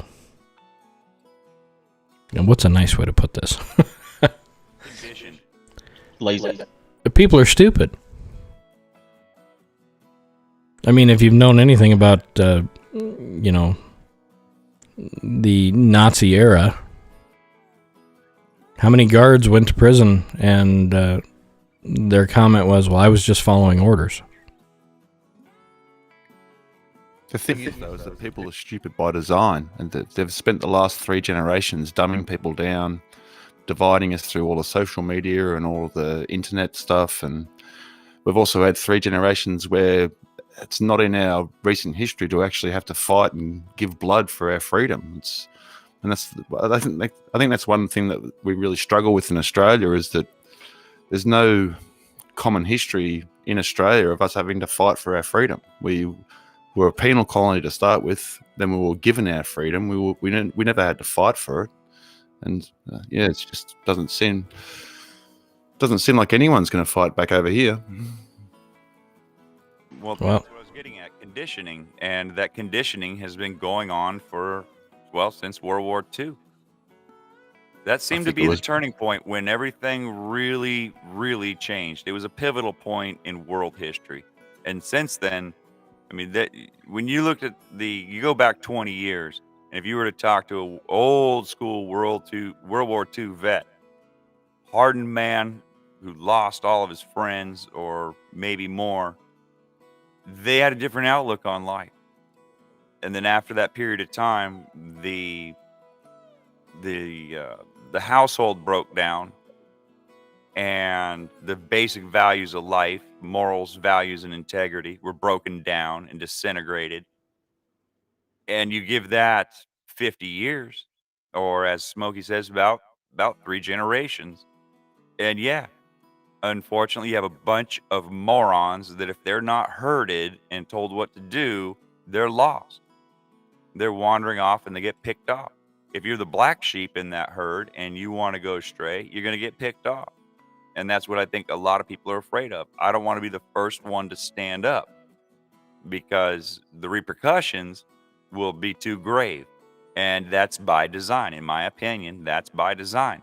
They've let everybody know that if you want to be the one rebel to stand up, you're going to pay a hard price. They've got everybody kowtowed. And as an American, I'm very distressed about that. And I think that anybody in any nation, Canada, Australia, UK, doesn't matter where it is. It doesn't have to be a Caucasian nation either. It's a matter of standing up as a unit, in solidarity for the rights and principles of what is good and true and honest. And that's all been stripped away. And I try to be an optimist. I really do. And I'm having a hard time with it. But I honestly do believe that optimistic part of me does believe that there is enough spirit of humanity in everyone around the world to rise up and fight back. The French are giving it a hell of a good shot. Many other nations are giving it a really good shot, a run for its money. The problem is, it's not enough. We got to reach that critical mass to make major change and make 2030 a book that goes into the dumpster fire and gets burnt, and it doesn't exist anymore. And it goes away, and we go back to the way that it should be, liberty and freedom. Unfortunately, those things aren't free.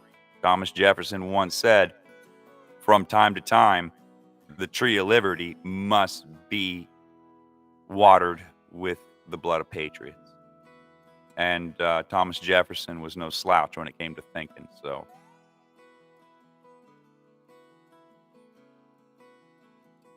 Well, I mean, you go on to think of just how many opportunities we've had, even just in the last 50 years, to stand up.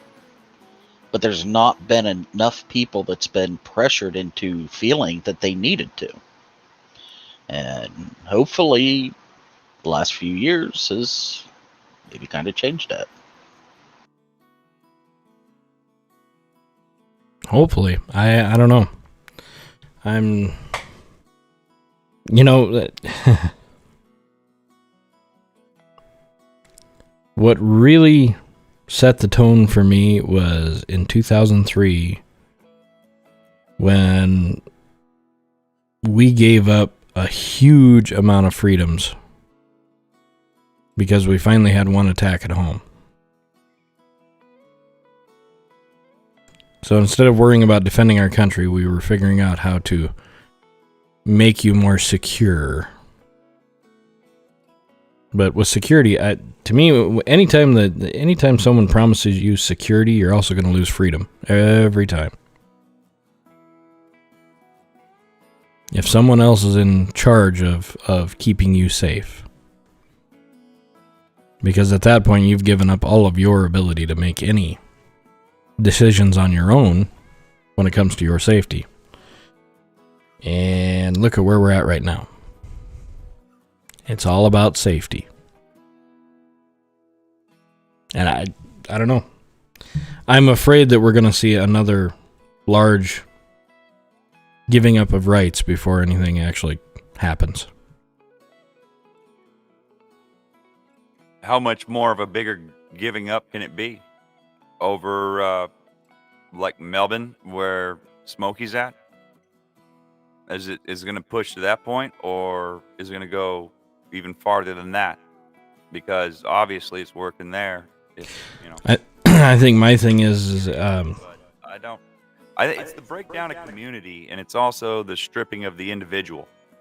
The individual is critically important to the community, and when you break down the individual and then you break down the community as well, you have discord. You have an unorganized society that can't get its shit together for one solid purpose, and nobody's realizing the value of each individual person. Say, well, you're a paramedic. Well, you're a farmer. Well, you're it doesn't matter what it is. You build roads, you build houses, you do finance. It when people value each individual for their skills and abilities, but come together as a community and stay together as a community as a whole, that herd's formidable. And I relate that back to you, Montana. You know cattle. You know how it goes. Yoga Pants knows how it goes. If you got a herd and you've got some assholes in there that change their mind and they don't want to do what you're trying to tell them, you're in the lower hand, right?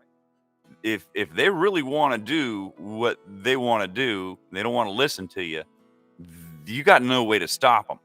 You got no way to stop them. You're depending on them complying with you. And we need to be the cattle that don't comply, because there's only a few riding around telling everybody what to do and corralling everyone.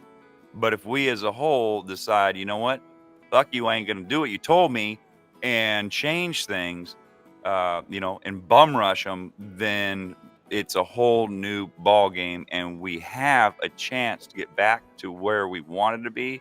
Unfortunately, I don't think that anybody's going to learn the hardcore values and truths that are necessary that comes out of the hardship of something that is kinetic. And with that, I got to go off mic for a minute. Well, and to to stay with your cattle reference, the only problem is if you only have one or two that keep busting the herd, they disappear really quick. They end up in dog food. So it can't just be one or two. One or two is not going to turn the herd. They do it too many times, they disappear. Yeah, they get called insurrectionists and get locked up behind cage for however long. If you go against the mandated vaccines over here in any way, shape, or form, you are literally labelled as a right-wing lunatic, anti-vaxxer. Even if you're just slightly against the government forcing things into you, the media has just turned you into an absolute animal. And unfortunately, a lot of the people are buying the whole narrative, so you can see the whole divide and conquer thing happening in front of your eyes. Yeah, it's the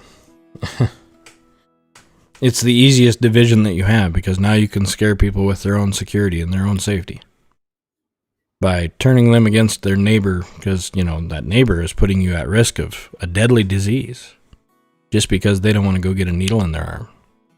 I mean, if you play that narrative over and over again, it does sound ridiculous. But if the narrative's not true and people believe it, you're kind of at a loss. And that's where we're at over here is the narrative's being told over and over and over again, and there's a lot of people out there that believe the narrative. And I don't know when that happened to where we believe whatever we're told instead of actually doing our own research. That's why they got rid of critical thinking skills. Critical thinking and common sense is not that common anymore. It used to be everyone had those skills. Yeah. Yeah, it's damn scary. Oh, DTM's taken off again. I think permanently. It looks like they're going to bed. So good night. But so anything else you guys want to talk about before we wrap up and switch over to the music? No, I'm good. Nice to talk to you finally.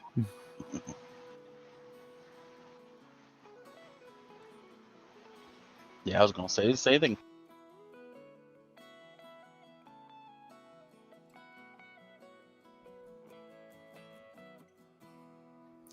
I have to find a people smuggler. That's easy enough. You just call Biden and tell him that you're a refugee. They'll bring you in and buy you all your shit. Just claim you're a transsexual,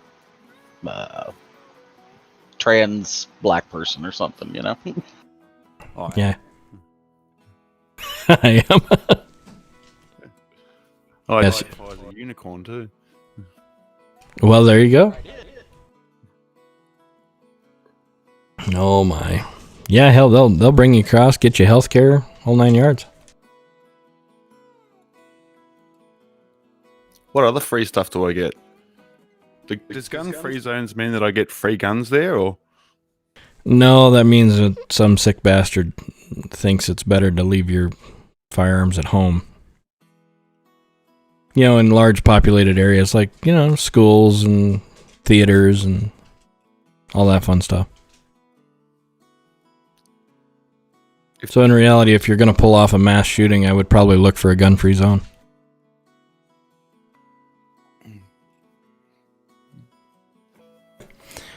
YouTube Blow Goat says he would crate you. Well, she would crate you up and ship you, but the shipping cost is just too much. I'll go halves. Halvesies. Actually, I'm thinking after hearing your voice, Amethyst Cat might just come down and get you for free. I don't know. She get a rowboat? I might take a little bigger than a rowboat. Nah, the Southern Ocean's a nice, easy place to go through. I still would. I don't know if I could do it in a rowboat. I just, when you can't see shorelines anymore and you're in a rowboat, it can't be a good feeling.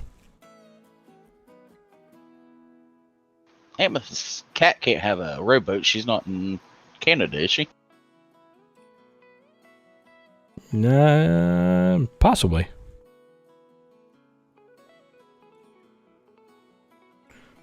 Yeah, I don't know. You know, they do make sailboats. They're a little bit easier.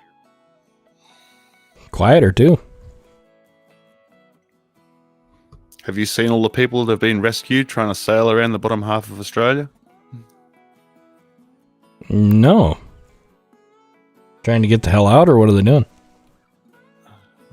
There's a place, it's called the Roaring Forties. So just underneath where I live, there's a whole band of the Southern Ocean, which has an average of 40 knot winds year round, and the swells and the winds are absolutely ridiculous. I've been tuna fishing in 30-foot swells before, where you're in the trough of the wave, and unless you look directly up, you look from side to side, and literally all you see is water. And yeah, that was a bit of fun. That doesn't sound worth any tuna. Period. You don't really have much of a choice where the tuna is. It's usually always pretty rough. You go out in big boats, though. Oh, yeah, that's true. You probably don't take a 18-foot schooner out there by any means. No, they're at least 30 foot. Oh, good. You're the length of the wave. So, in other words, you went surfing in a very large board. You actually have to go side onto the waves. Otherwise, yeah, you can get pushed down some of the faces and have one come over the back. Makes it exciting, though. You have a strange sense of excitement. I don't know if I like your excitement. You only live once. That's true, but you can live long or you can live short. It's up to you. Here for a good time, not for a long time.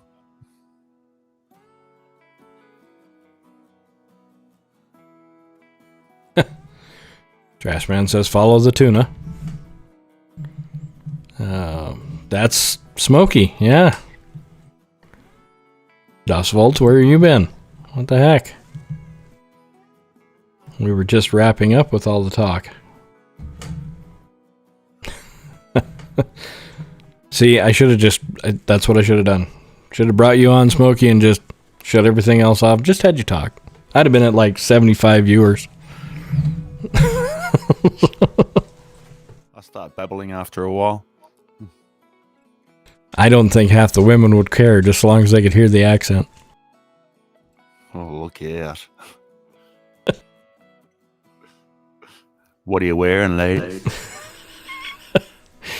You pull off a crikey, I'm fucking kicking you off. I'm just telling you.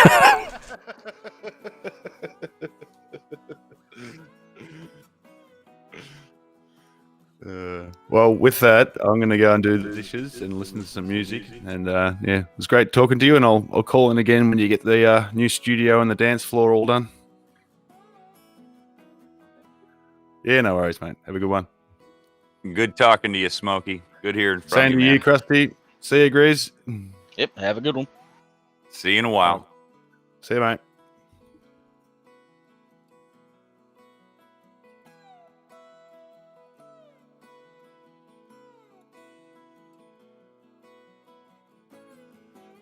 Yeah, it was good.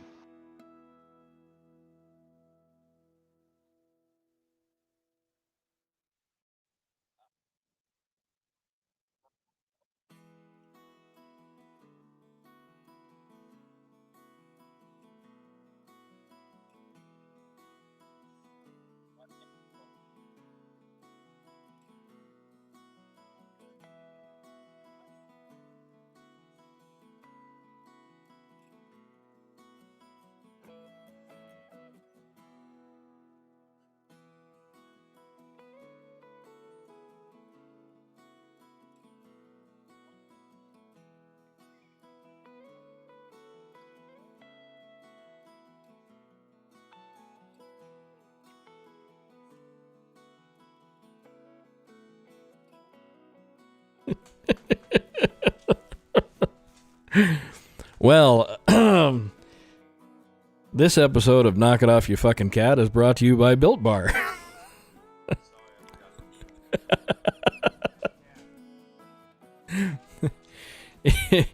If you enjoy eating a candy bar and hate eating a protein bar, Built Bar is the bar for you. It's got 17 to 19 grams of protein.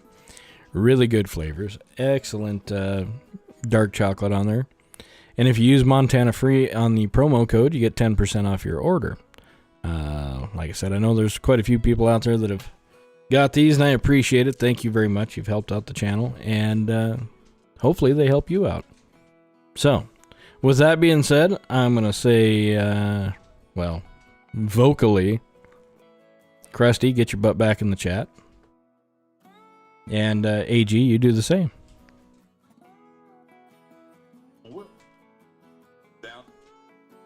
Oh, I went and cut him off. Sorry, Krusty. All right. Now I got to kill a few things before we switch over to music, because I'm taxing the CPU with all the video that I got running.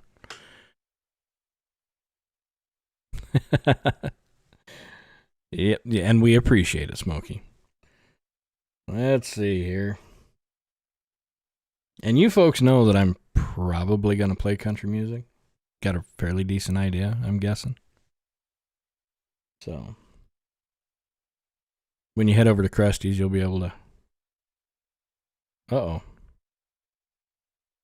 What happened?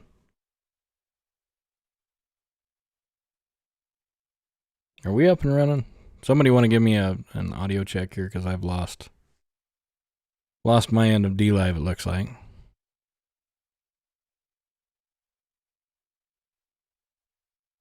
And we got a shutdown.